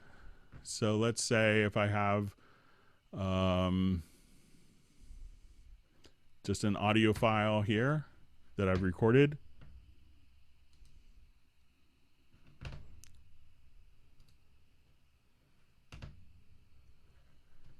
And then let's say that's going to be by default time stamped.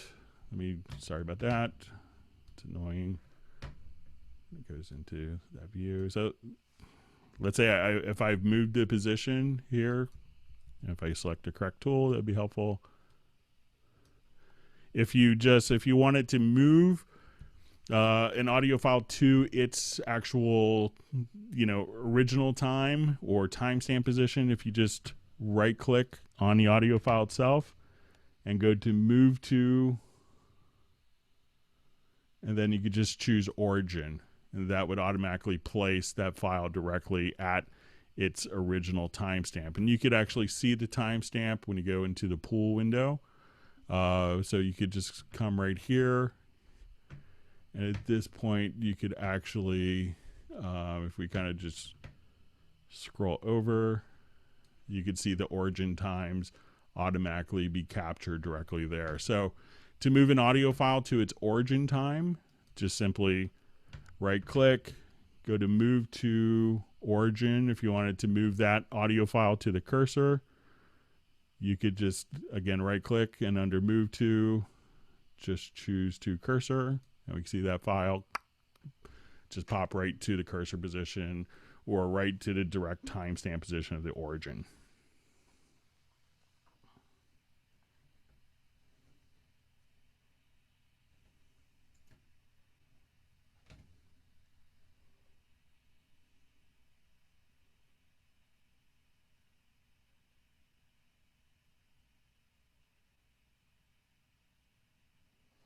Okay, I would question about changing audio regions, changing the gain before it hits the channel.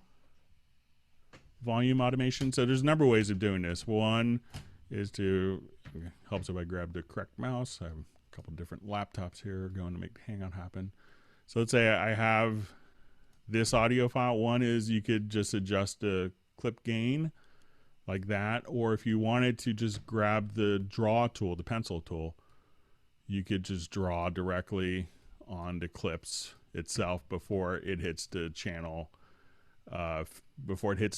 fader. And if you wanted to adjust your clip gains as well as kind of keep the level adjustments that you drew in with the pencil tool, you could do both of those functions as well. So at that point you could do different clip gains. You could also do offline processing. So if you say, okay, I just wanted to come here, take that, and you could go to your audio to process, and you could have this all set up as macros and say, okay, we want this to be 6 dB louder.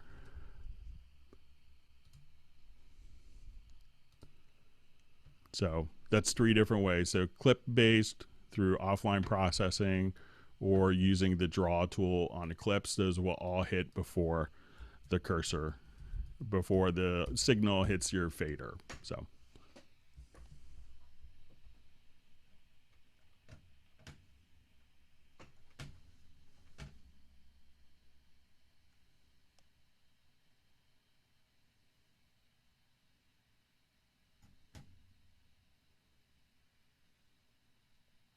okay, so we had some questions on quick controls. Okay, so there's 2 different types of quick controls, and we can set this up in our device menu. So if we go to your device setup, and I think someone mentioned that they had a QC controller. So if you have like a CC121 or a QC controller, we could do this. So we can actually see you have like your track quick controls and VST quick controls. So generally what you could have is by default your controller set up to immediately have control over kind of common parameters. So let's say if we're on an audio track, we could go to your quick controls, and by default you could just load up different preferences, and there's different presets. So if you say, okay, now I'm mixing, I want to see my 8 sends, or I want to see volume pan, low cut, high cut, filters, the frequencies, and sends 1 and 2. So, but you could come in here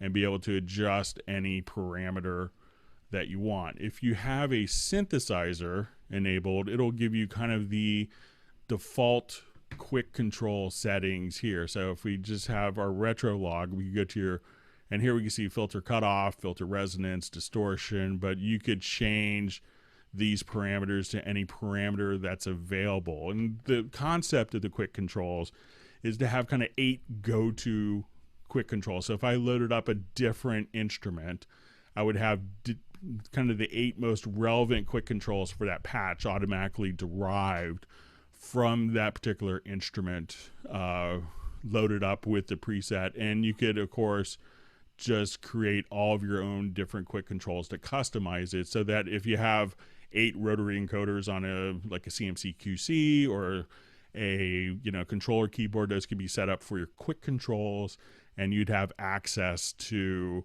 those 8 relevant parameters when you go to an audio track, to a retrolog track, to whatever track, and then at that point you could have quick, easy access. And if you have like a third-party controller, you can just, again, go to your device setup and into quick controls, just map it, and you can learn the MIDI CC that's being transmitted and have those to your track and for your VST quick controls.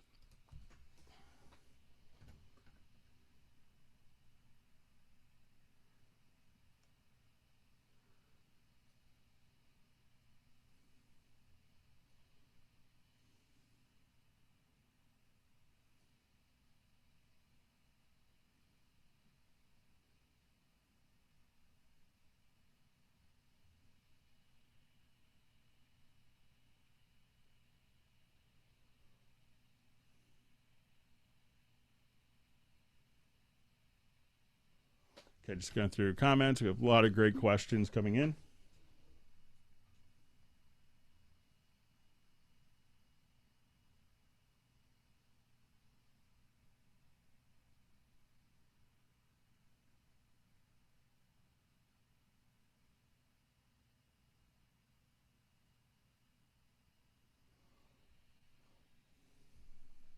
Okay, so we had a couple of questions regarding like how to unload a VST instrument. We have this kind of with Groove Agent, I believe, goes into the kind of the same theme of questions. When I open up Groove Agent track, when I close it for any reason, the tracks created are still open. How do you close them completely? So let's say I add a instrument track. And the behavior could be slightly different with instrument tracks versus MIDI tracks, but we'll deal with instrument tracks here. So let's say I have a Pad Shop preset loaded. And now it's added a Pad Shop. So to unload an instrument, all you have to do is click right here and choose No VST Instrument. And you'll see that this track will get deleted with the instrument track, and it's one of the handy things with instrument tracks. So when I discard it, not only will the instrument be unloaded, but when I hit discard, sorry, it's annoying, the instrument, the track goes away as well. So as soon as I hit discard, at that point, boom. I thought that would go away. Let me just try that one more time.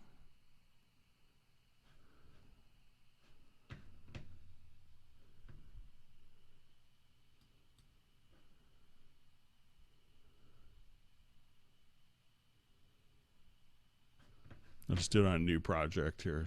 Just check.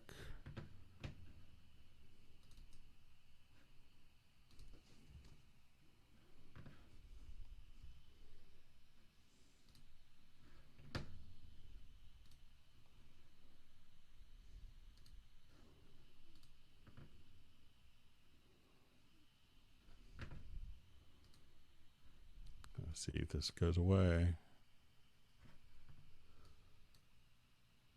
Nope, I thought that would delete it. Or maybe let's try this way. Try the opposite. I think I just have it backwards.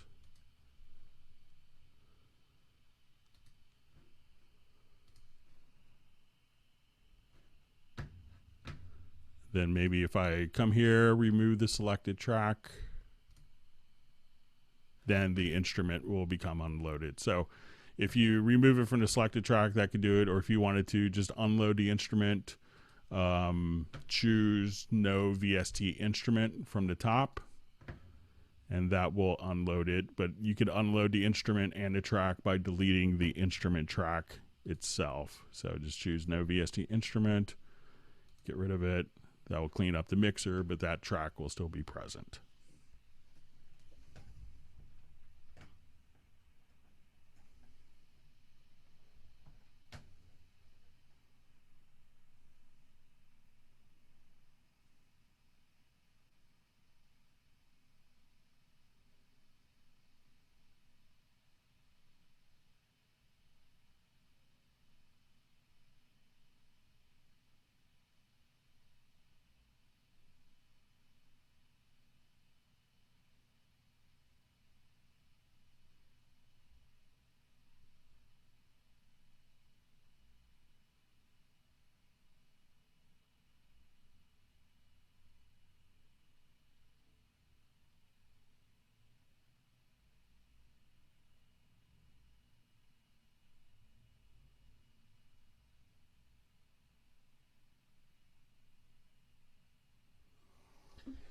All right, so we had a couple questions about this. If we have a MIDI track,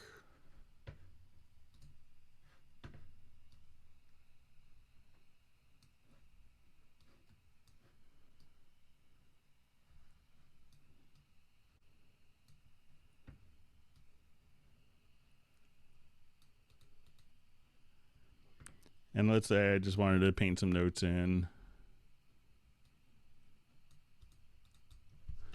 that when people want, let's say we're in a MixConsole and people want to immediately go directly to like the previous behavior. So when you double click, it goes into the full screen editor. And we covered this in most Hangouts, but it's one of the most common questions. But if you go to preferences to editors, you can say double click opens the editor in a separate window or lower zone or the key command. So if I now just come here and say double click opens it in a window, we can now just come here. And now if I'm in my MixConsole, this will be just like previous versions of Cubase behavior. So we double click and it'll go into its own independent floating window. So again, that preference is found under preferences, editors, and then you could just choose whether a key command or double click opens up different windows in the lower zone or in an independent window.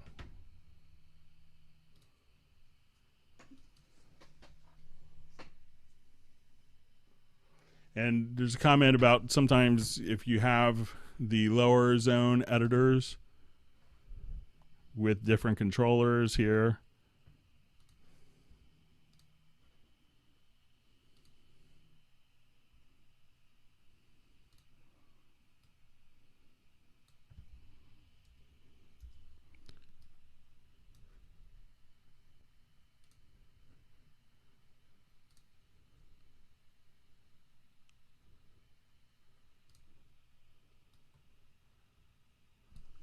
that when you go into the upper zone, that those aren't carrying over. Let me just see if I'm reading the question correctly.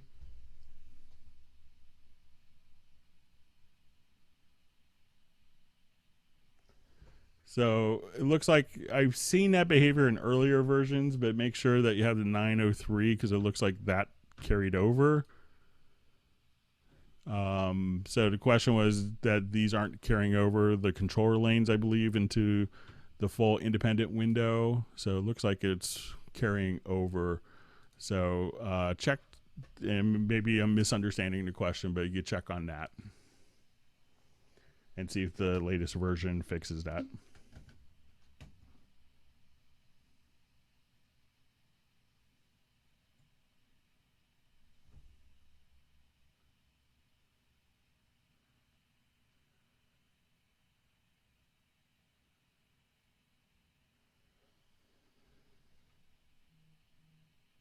Okay, so someone asked how you disable uploading to SoundCloud every time you do an export audio mixdown.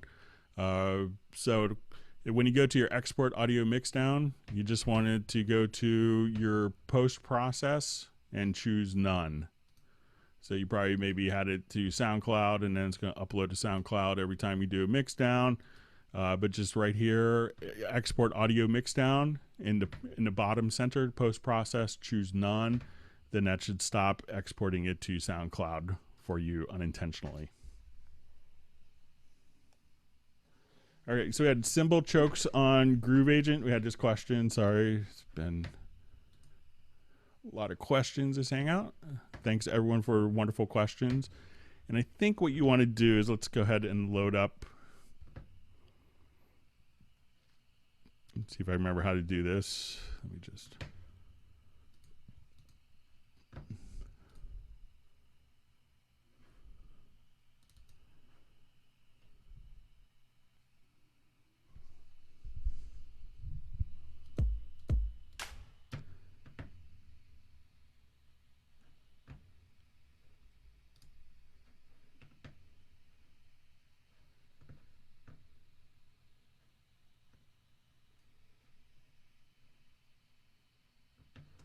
All right, so I think if you set the exclusive here, you could set kind of different exclusive groups, and that will allow you to kind of, to have to do different choking of cymbals, I believe. So if you kind of come here, play around with the exclusive settings, and then you want to make sure that it's going to be, you could have different groups so that when you like when this comes in, you could have one note choke a group of notes for cymbals. I think it's going to be under the exclusive. So once you go to the pattern, you select on the instrument and go to edit, and then under the main area, check out the exclusive groups. If you read in there, I believe that's where you can do the choke groups. So experiment with that.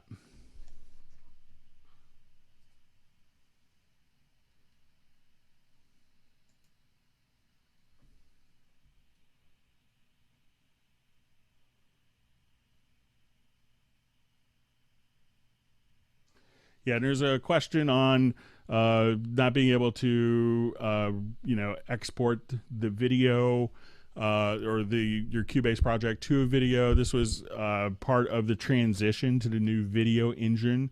So with 9030, it's kind of a quick entire video engine that's not based or reliant on QuickTime technology, since it's kind of been abandoned by Apple. So the first thing was to have playback, and then we're going to see some more functionality coming that they've announced, including being able to render directly to the video like previous versions. So it's kind of in transition now. So they've announced that we'll see it coming soon. So we'll see when it comes. I'm sure there's people working on it as we speak.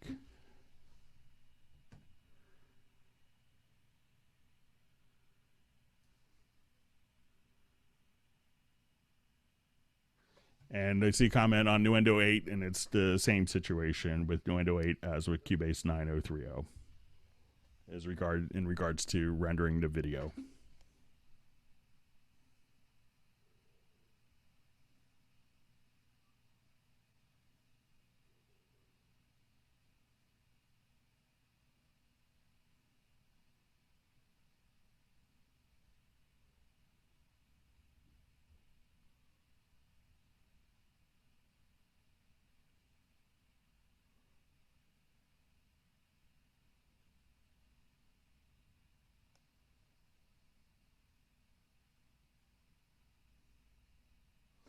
So I see next comment on the divide track list, kind of placing it and where it seems like a bug. I can see how you don't like the behavior, but it is kind of, the MixConsole is following the behavior of the settings. I could see where maybe you wanted to perhaps go back to the original or to the top, but it does place it on the bottom because maybe the program doesn't know if you have 3,200 tracks like some of our composers do, where exactly it came. So so just expect it to be at the bottom. So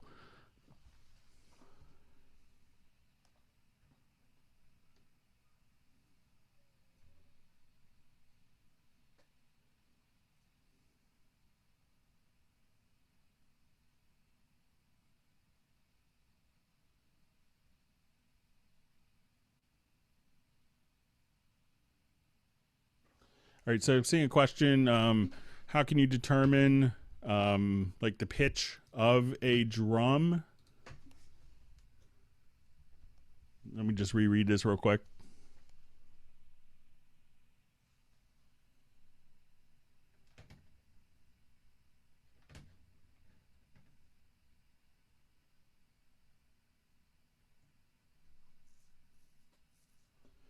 Okay, so someone asked if you could determine kind of the pitch of a drum in Groove Agent. So like maybe for Tom.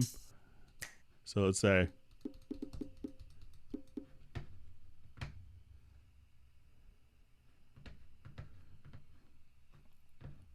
So there may be, let's see if we can find a quick way of doing this. So let's say we have.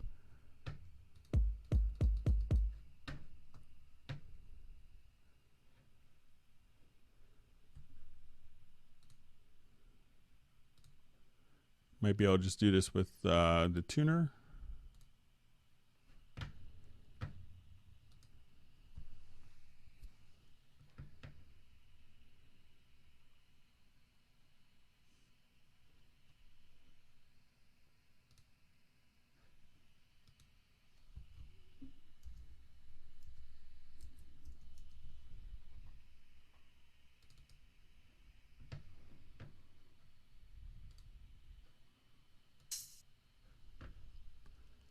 See if that's in the right.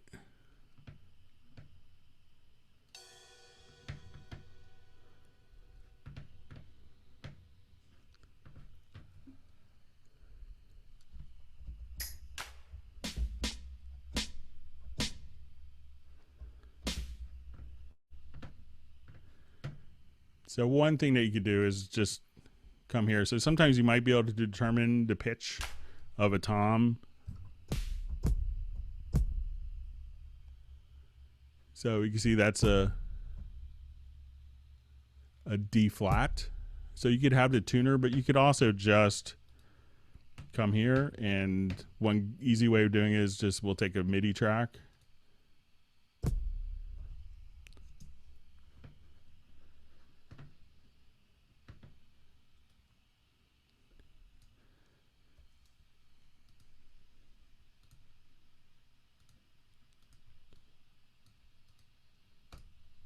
And let's just render this in place.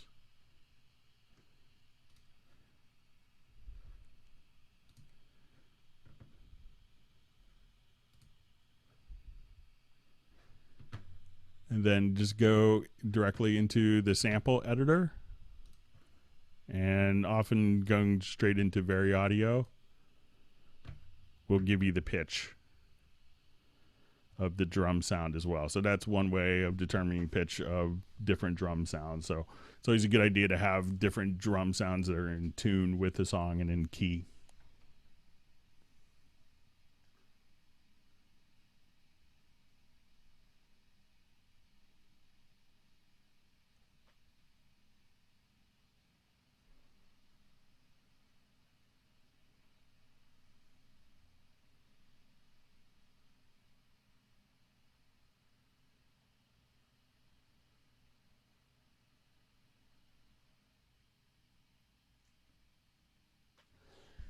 So we have a question, if you can change the order of the channels from the mixer. It's currently not available in the mixer for some reason. I'm not sure why, but you could have it automatically carried over directly from different tracks in the project window, carry over to the mixer. So maybe it's something we'll see coming in the future.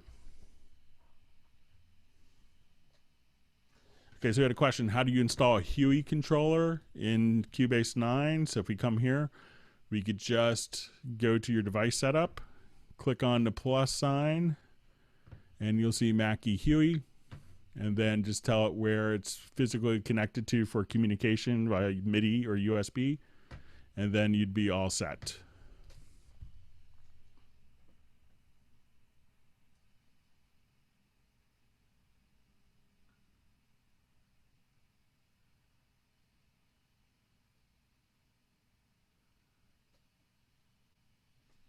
Okay, so question, you have a UR44 and you have the direct monitoring turned on, but there's still latency. Can you help? Make sure on your input channels, like I was working with my friend Kevin Walker, is a great bass player, has played with Prince and, you know, Justin Timberlake, toured with a bunch of people, and he had a very similar question. And it could be that, you know, and he's like, yeah, and I think he has an MR816, and he's like, and he had a multi-band compressor, so on the channel itself. So if you have direct monitoring turned on, make sure that you don't have other, you know, it could be that you have latency compensation for plugins. So when you go to a particular audio channel, you know, if you have plugins on a particular audio channel, just out of curiosity, even though it's in direct monitoring, try to disable any plugins or EQs that you might have. So he actually had, you know, like a multi-band compressor on it, which had a high latency on it. So if you run into that, try to make sure that you don't have plugins. There's also this little button in Cubase 9. It's in the lower left-hand corner. In previous versions, it's in the upper left-hand corner, called the constrained delay compensation. So you could try toggling that button as well, and that may do the trick.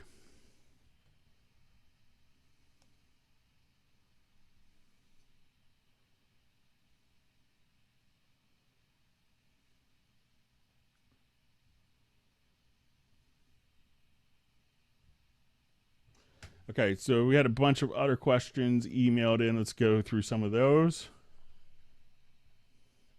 Okay, so we had a question about using different pan law settings for different projects. And someone noticed that I was using different pan laws for different projects. He said after he started playing with the pan laws, he really could not hear difference except for equal power. So he's always used minus 3 dBs or minus 3 dB because of the math. So when kind of working with different pan laws, it can really depend on the source material that you're working with. So, if you have stuff that's panned really hard, like if you have a big group of like maybe horns or an orchestral thing, you might hear more of the pan law settings versus kind of maybe a, very maybe like a hip hop project that's maybe, decidedly low fidelity and kind of very focused and has a lot of energy in the center. So, play around with, when you're experimenting with the pan law settings. And if you aren't familiar with the pan law settings, you could actually just go to the project setup. And here you could see the different pan law settings choices. So some people specifically, on larger ensemble projects use 6 dB. So when they pan out, they get kind of better, they feel it improves their stereo perception or kind of the width of the mix. So a lot of people will intentionally manipulate the pan laws to make it sound a little wider. But it really, if you don't hear it initially, could be really dependent on the source material. So.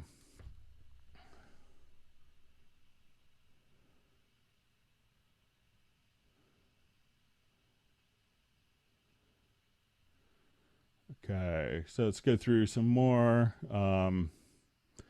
So we had a question on when setting up my own key commands, I have to try different combinations until I find one that is available. Is there a way to get a list of unused key commands or what is available? There isn't a list, it's kind of hard to figure out exactly, to do a list of everything that isn't used. But what I do is generally use like a combination of modifiers. So I will do like Shift, Option, Control plus a letter and use a combination of different functions. So if you just kind of type in a key shortcut here for a particular function that you wanted to assign, so let's say if I come here, and if it's already being used, it'll show you exactly what function it is for that particular thing. So I generally, when assigning my own key commands, I know that this is kind of like using 3 modifiers or 2 modifier keys at once can really just kind of open up kind of the whole keyboard for you to do stuff. So experiment with using multiple modifiers, and I think you'll find that a lot of the options are available, but there isn't a list of every unused key command, unfortunately. All right, so we'll move on.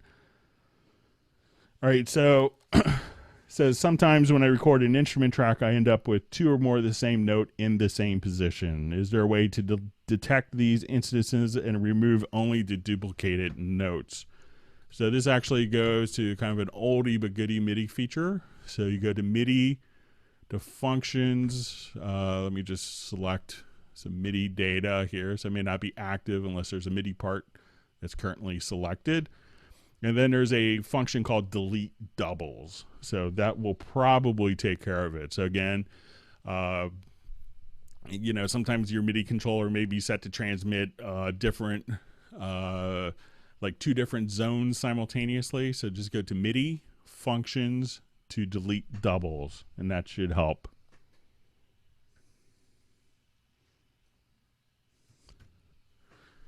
All right, and here's another question that was sent in. Sometimes a mistake in an instrument track, melody or riff is copied, pasted several times, then glued together. Sometimes I want to change the notes and the rhythm in a recurring motif. Locating each occurrence can be challenging. Is there a logical editor function that can quickly locate each occurrence of a selected group of notes. I don't know of one currently. What I tend to do is leave, if you run into this situation a lot, you may want to consider working with shared copies. And what a shared copy will allow you to do is to, let's say I just will go to a retrolog track here.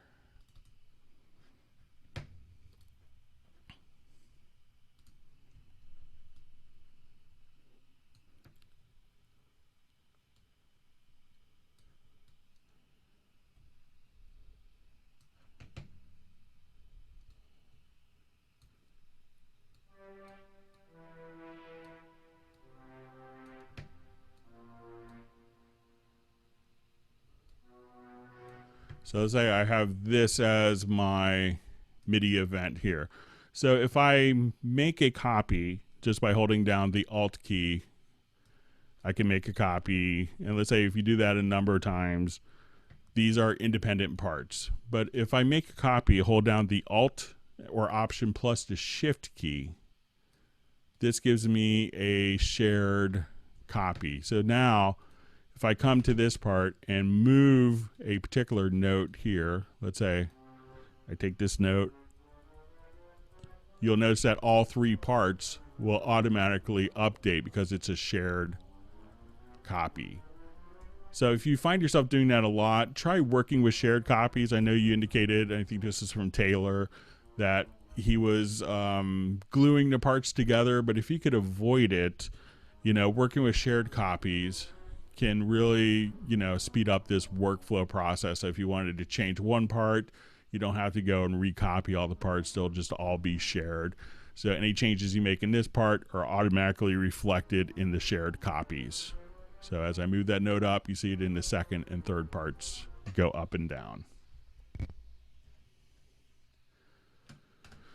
All right, so we had a question on, can lanes be converted into different audio tracks? So it's a great question. So let's say we have lanes open, or let's say I'll just do like a new recording here.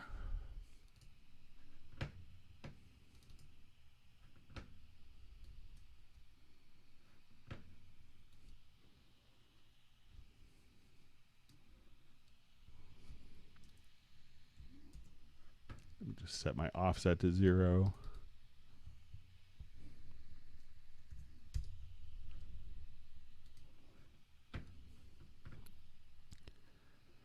Okay, so I'll just set up a quick cycle record mode here.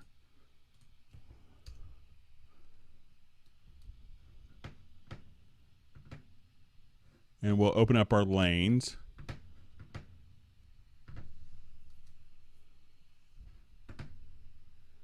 And we'll activate this for record.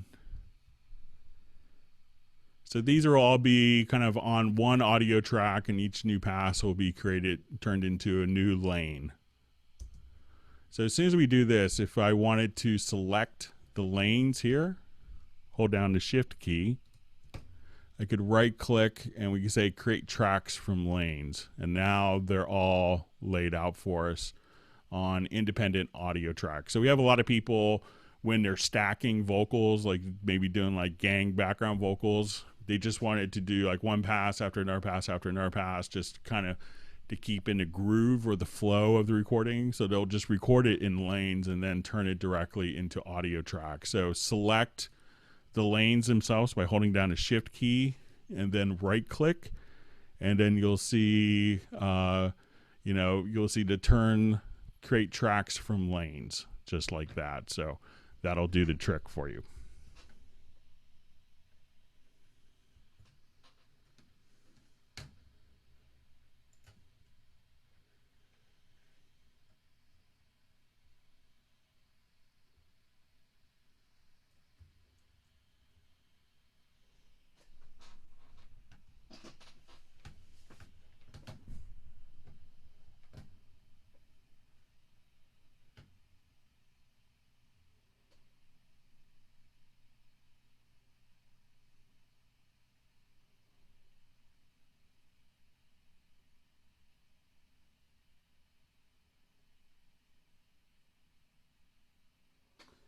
So I see someone mentioned they purchased Cubase 7, did not come with a sampling mixing editor. So that was a feature in Cubase Pro 9. So if you update to the Cubase Pro 9, that was a new feature for 9.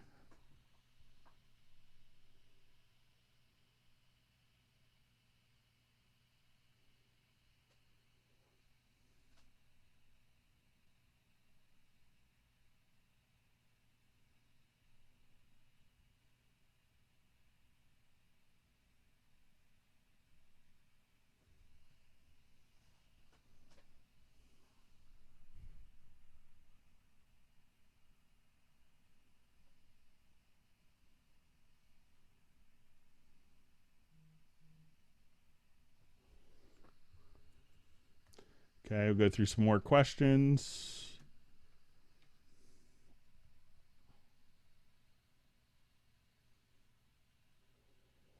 All right, so we have a question on some of my MIDI loops won't play when this occurs. It's usually an entire set containing the same name. Sometimes, and it's also this never happened until Pro 9. I thought the problem would have been corrected in 903, but it hasn't.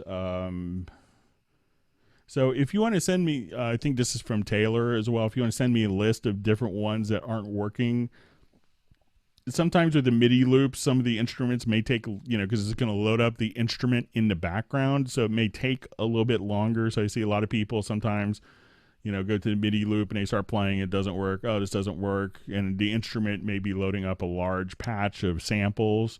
So check to make sure, that's not loading up in the background while you're continuing to do that. But if you have a list of MIDI loops that aren't playing, if you want to send me some that aren't, you could email me and I'd be happy to kind of take a look at it.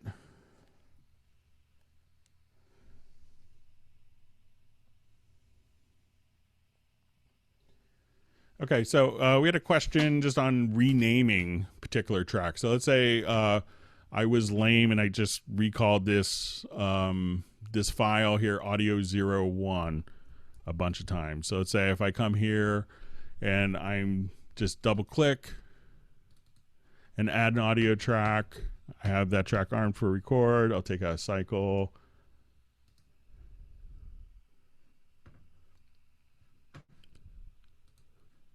So now I have a track called Audio 102. So the question was how to rename this track easily. So when we go here, we could actually see that we have a description. So if you just go to the description and info line,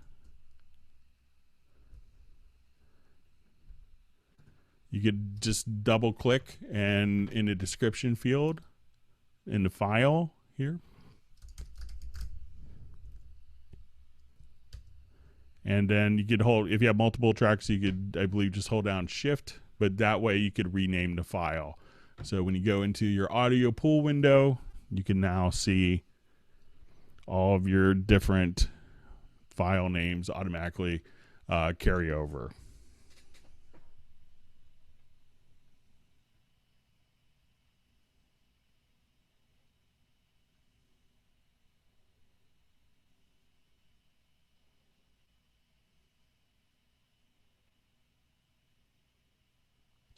All right, so we had a question on automation and kind of the scaling of automation. So let's say we'll make our automation lane really large here.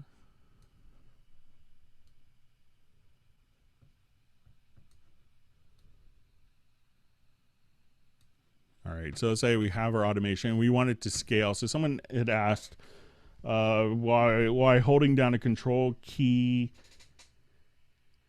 It says if you hold down a control key on Windows, it goes to absolute center and without relative center, but I don't see a difference. Can I explain? So I don't think the modifier keys make any difference. So if I wanted to select a range of automation and just scale it, I could just grab the upper center line, and I don't think that holding down any of the modifier keys modifies that behavior. So that will just kind of scale vertically, and then there's some other options here where you could do tilts to the right side or to the left side. Or if you wanted to go to the center here, you could kind of compress the contents as well. So you could kind of compress the contents and then scale if you wanted to, but holding down a modifier key doesn't seem to change the behavior. So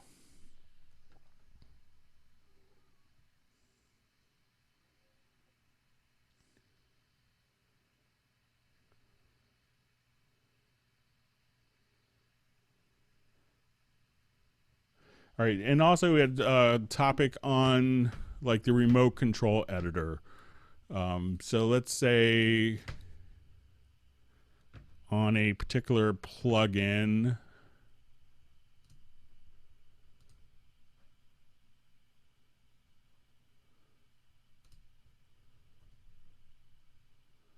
let's say if I go to my VST amp rack,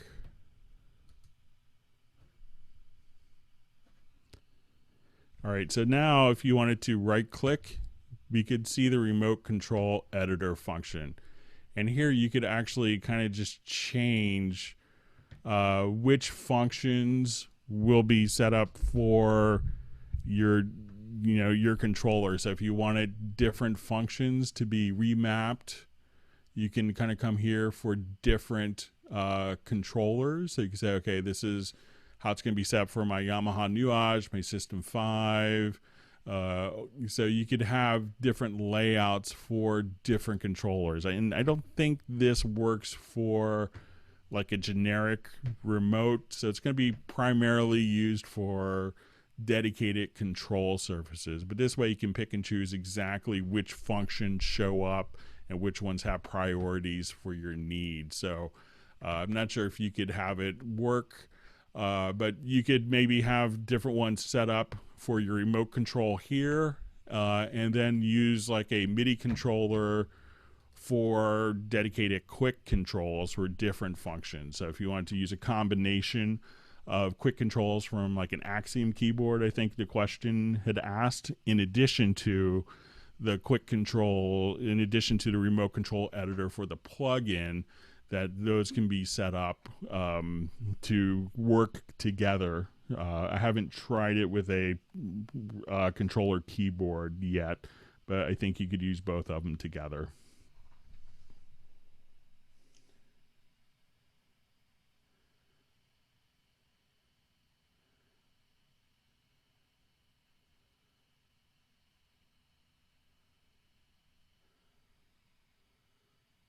Okay, so we had a question. Nuendo 8 and Cubase 9 abandoned the jog shuttle wheel and the transport. Why? With 3 question marks.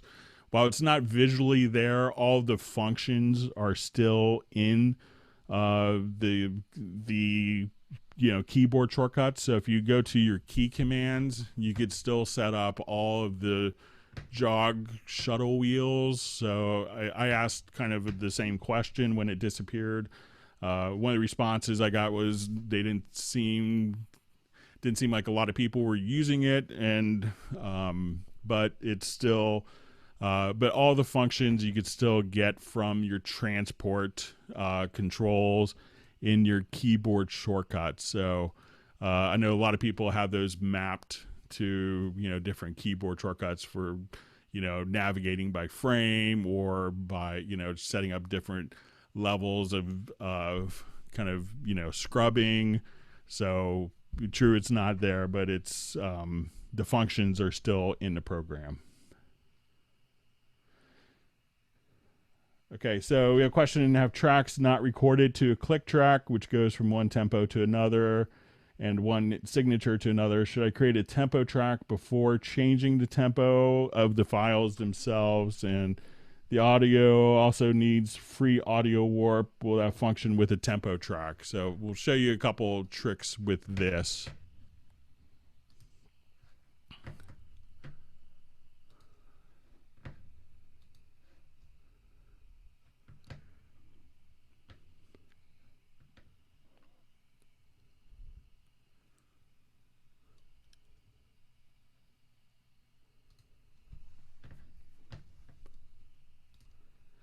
So a lot of times we have stuff that isn't recorded to a click track, and it's fine.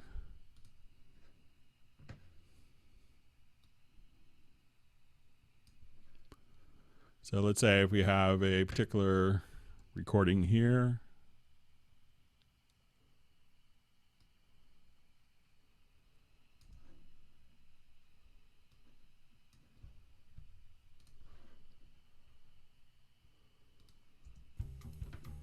So we turn on our click. And we can say there's no real correlation. So I'm going to just select the overhead track here. And what I want to do is to, under project, we'll do a tempo detection.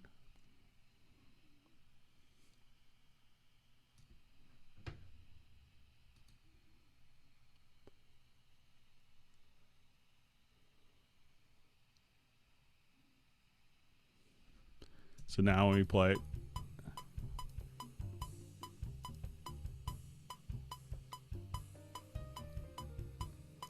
so this does create a tempo track as well as kind of a meter track. So if we just wanted to look at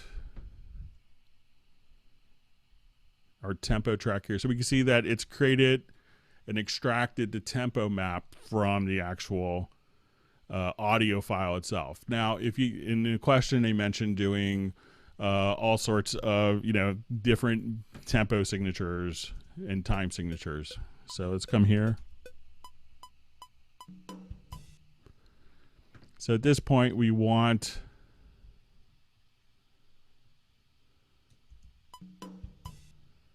so I want the downbeat to be here, and I'll just paint in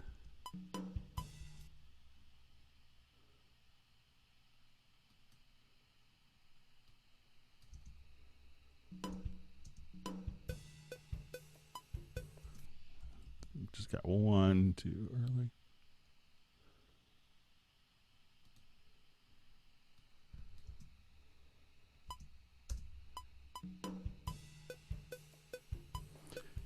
So, and you could paint in the different meter changes where necessary. So now that I have this done, what I want to do is to select all of the files and then go to your audio menu, and under advanced,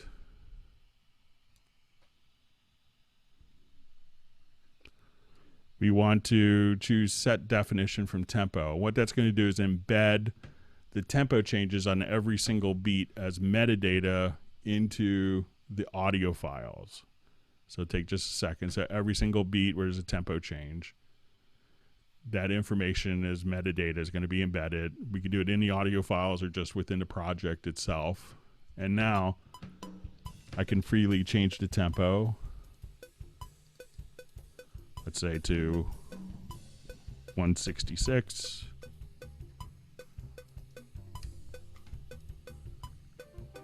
And all the tracks will just follow the tempo.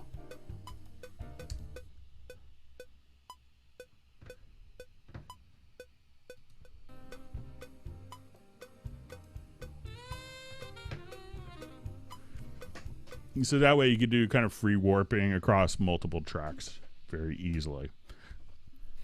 So once you find a tempo, embed the tempo by going to audio to advanced and choosing set definition from tempo, and then you could change the tempo freely.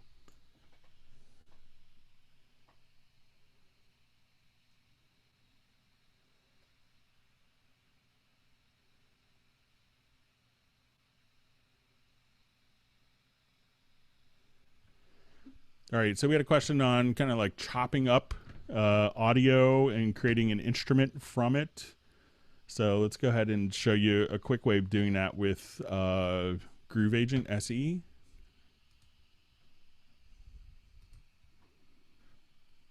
So the question was, wanted to chop up audio and create an instrument. So let's say I have a drum loop.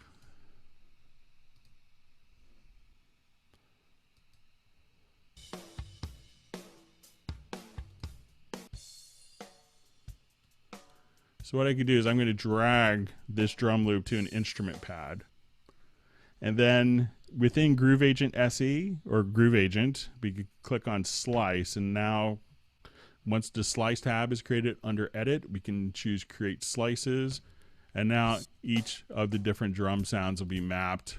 All the slices and hit points will be mapped across multiple drum pads for you automatically that you could play. All right, so we had a question. I bought a Yamaha mixer that comes with Cubase AI8 full, but can't seem to find the download for the DAW. Any help? Once you do that, you'll get probably a digital access code. If you go to your My Steinberg account, enter your digital access code, you'll probably need to put the serial number of your mixer in. And then at that point, it'll give you the download link. You install that. It'll install the soft e-licenser program. You also will get an soft e-licenser code. Copy that code and put it into your e-licenser control center, and then you should be all set. But make sure you created a My Steinberg account.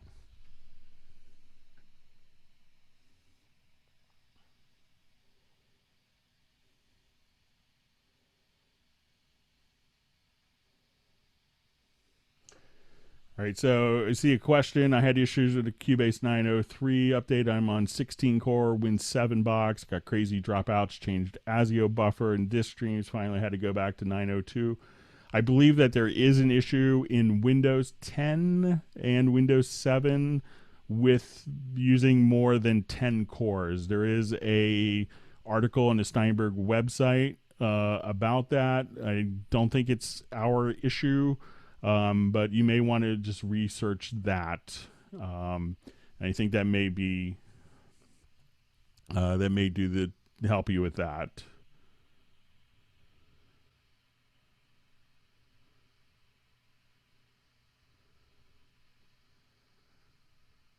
Okay, just going through some last minute questions before we wrap up.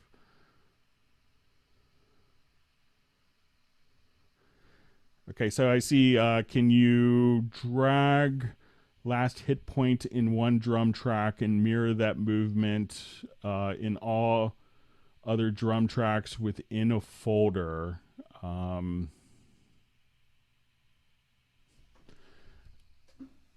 So let me see if I can find a file that might work to show this.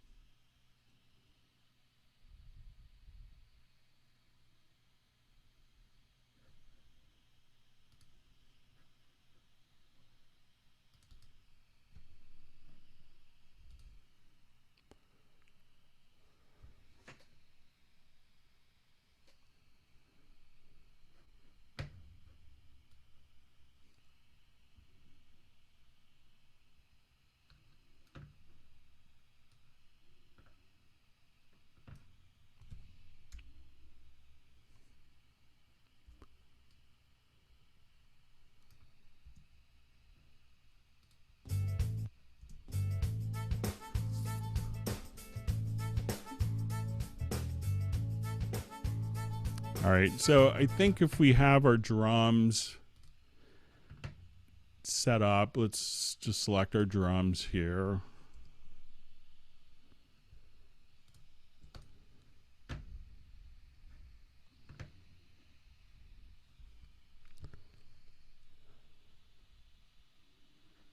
And we're going to move these tracks to a selected folder.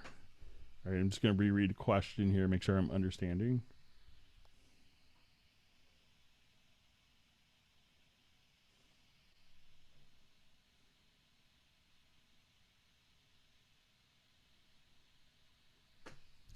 So there's no way of really dragging the hit point and applying it, but you can navigate to your different hit points here. I think it's just we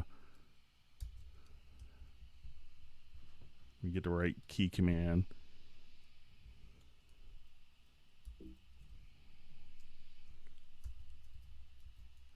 So, you could do like Shift N and Shift B, or it might be Command N or B on the selected channel. Let me just come here.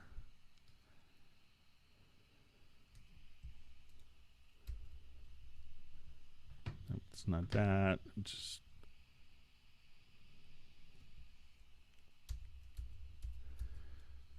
so once you have, the select, I'm not sure if this is for navigation or if it's, but you can do cuts based on the folder track, and especially if you have the folder track, the group editing turned on. But with that, you could navigate if you needed to cut based on different hit points, just by hitting the Alt Option NB to navigate the hit points for the selected tracks. So I'm not sure if you need to cut based on that, but that could probably do the trick. And this will be the last question, unless you have a really quick one, because I have to leave to pick up my son from school. But and is there a way to select MIDI notes based on bar position? This is an interesting one. So let's say I have a MIDI track.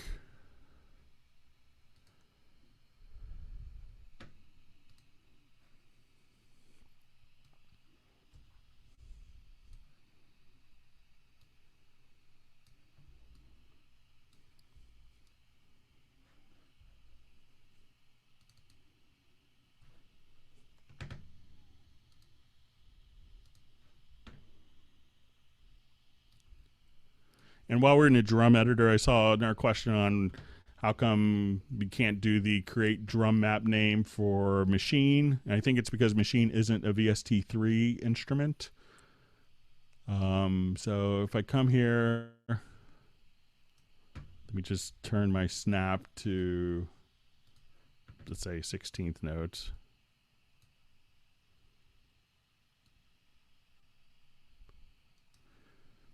Okay, so part of the logical editor,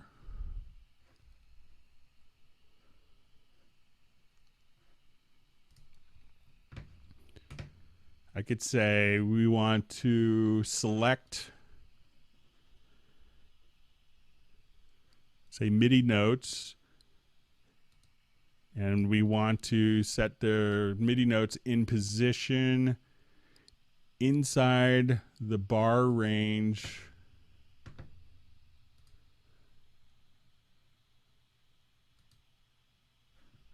and we can say I want to select MIDI notes like around beat 1 and then hit apply. So you can see now you can say I wanted to select here in the logical editor types events equal to note position to inside bar range, and this would be like a 1 measure thing. So and then as soon as you do that, you can see the downbeats here would automatically be selected. So all right, so I'm going to go ahead and wrap up because I need to pick up my son from school before I'm late. I'd like to thank everyone for all the wonderful questions. It was a really great hangout. We went another hangout for over 3 hours. If you want to, I'll try to keep, if you want questions answered for the next hangout, please send an email to clubcubase at steinberg.net. You can also... if someone is generally incredibly nice and gracious, I should have mentioned this at the beginning, but as you go through and watch the Hangout, if you wanted to keep an index of all the topics that we discussed, that would be super helpful so people could search for those items. We'll try to do one the second week of October, maybe around the 9th or maybe the 11th. Look for the next Google Hangout. It'll be announced on the website or on Facebook. With that, we'd like to go ahead and wrap up. Thanks everyone for a wonderful hangout. Thank you for all the wonderful questions, and we'll see you in about 2 weeks. Take care.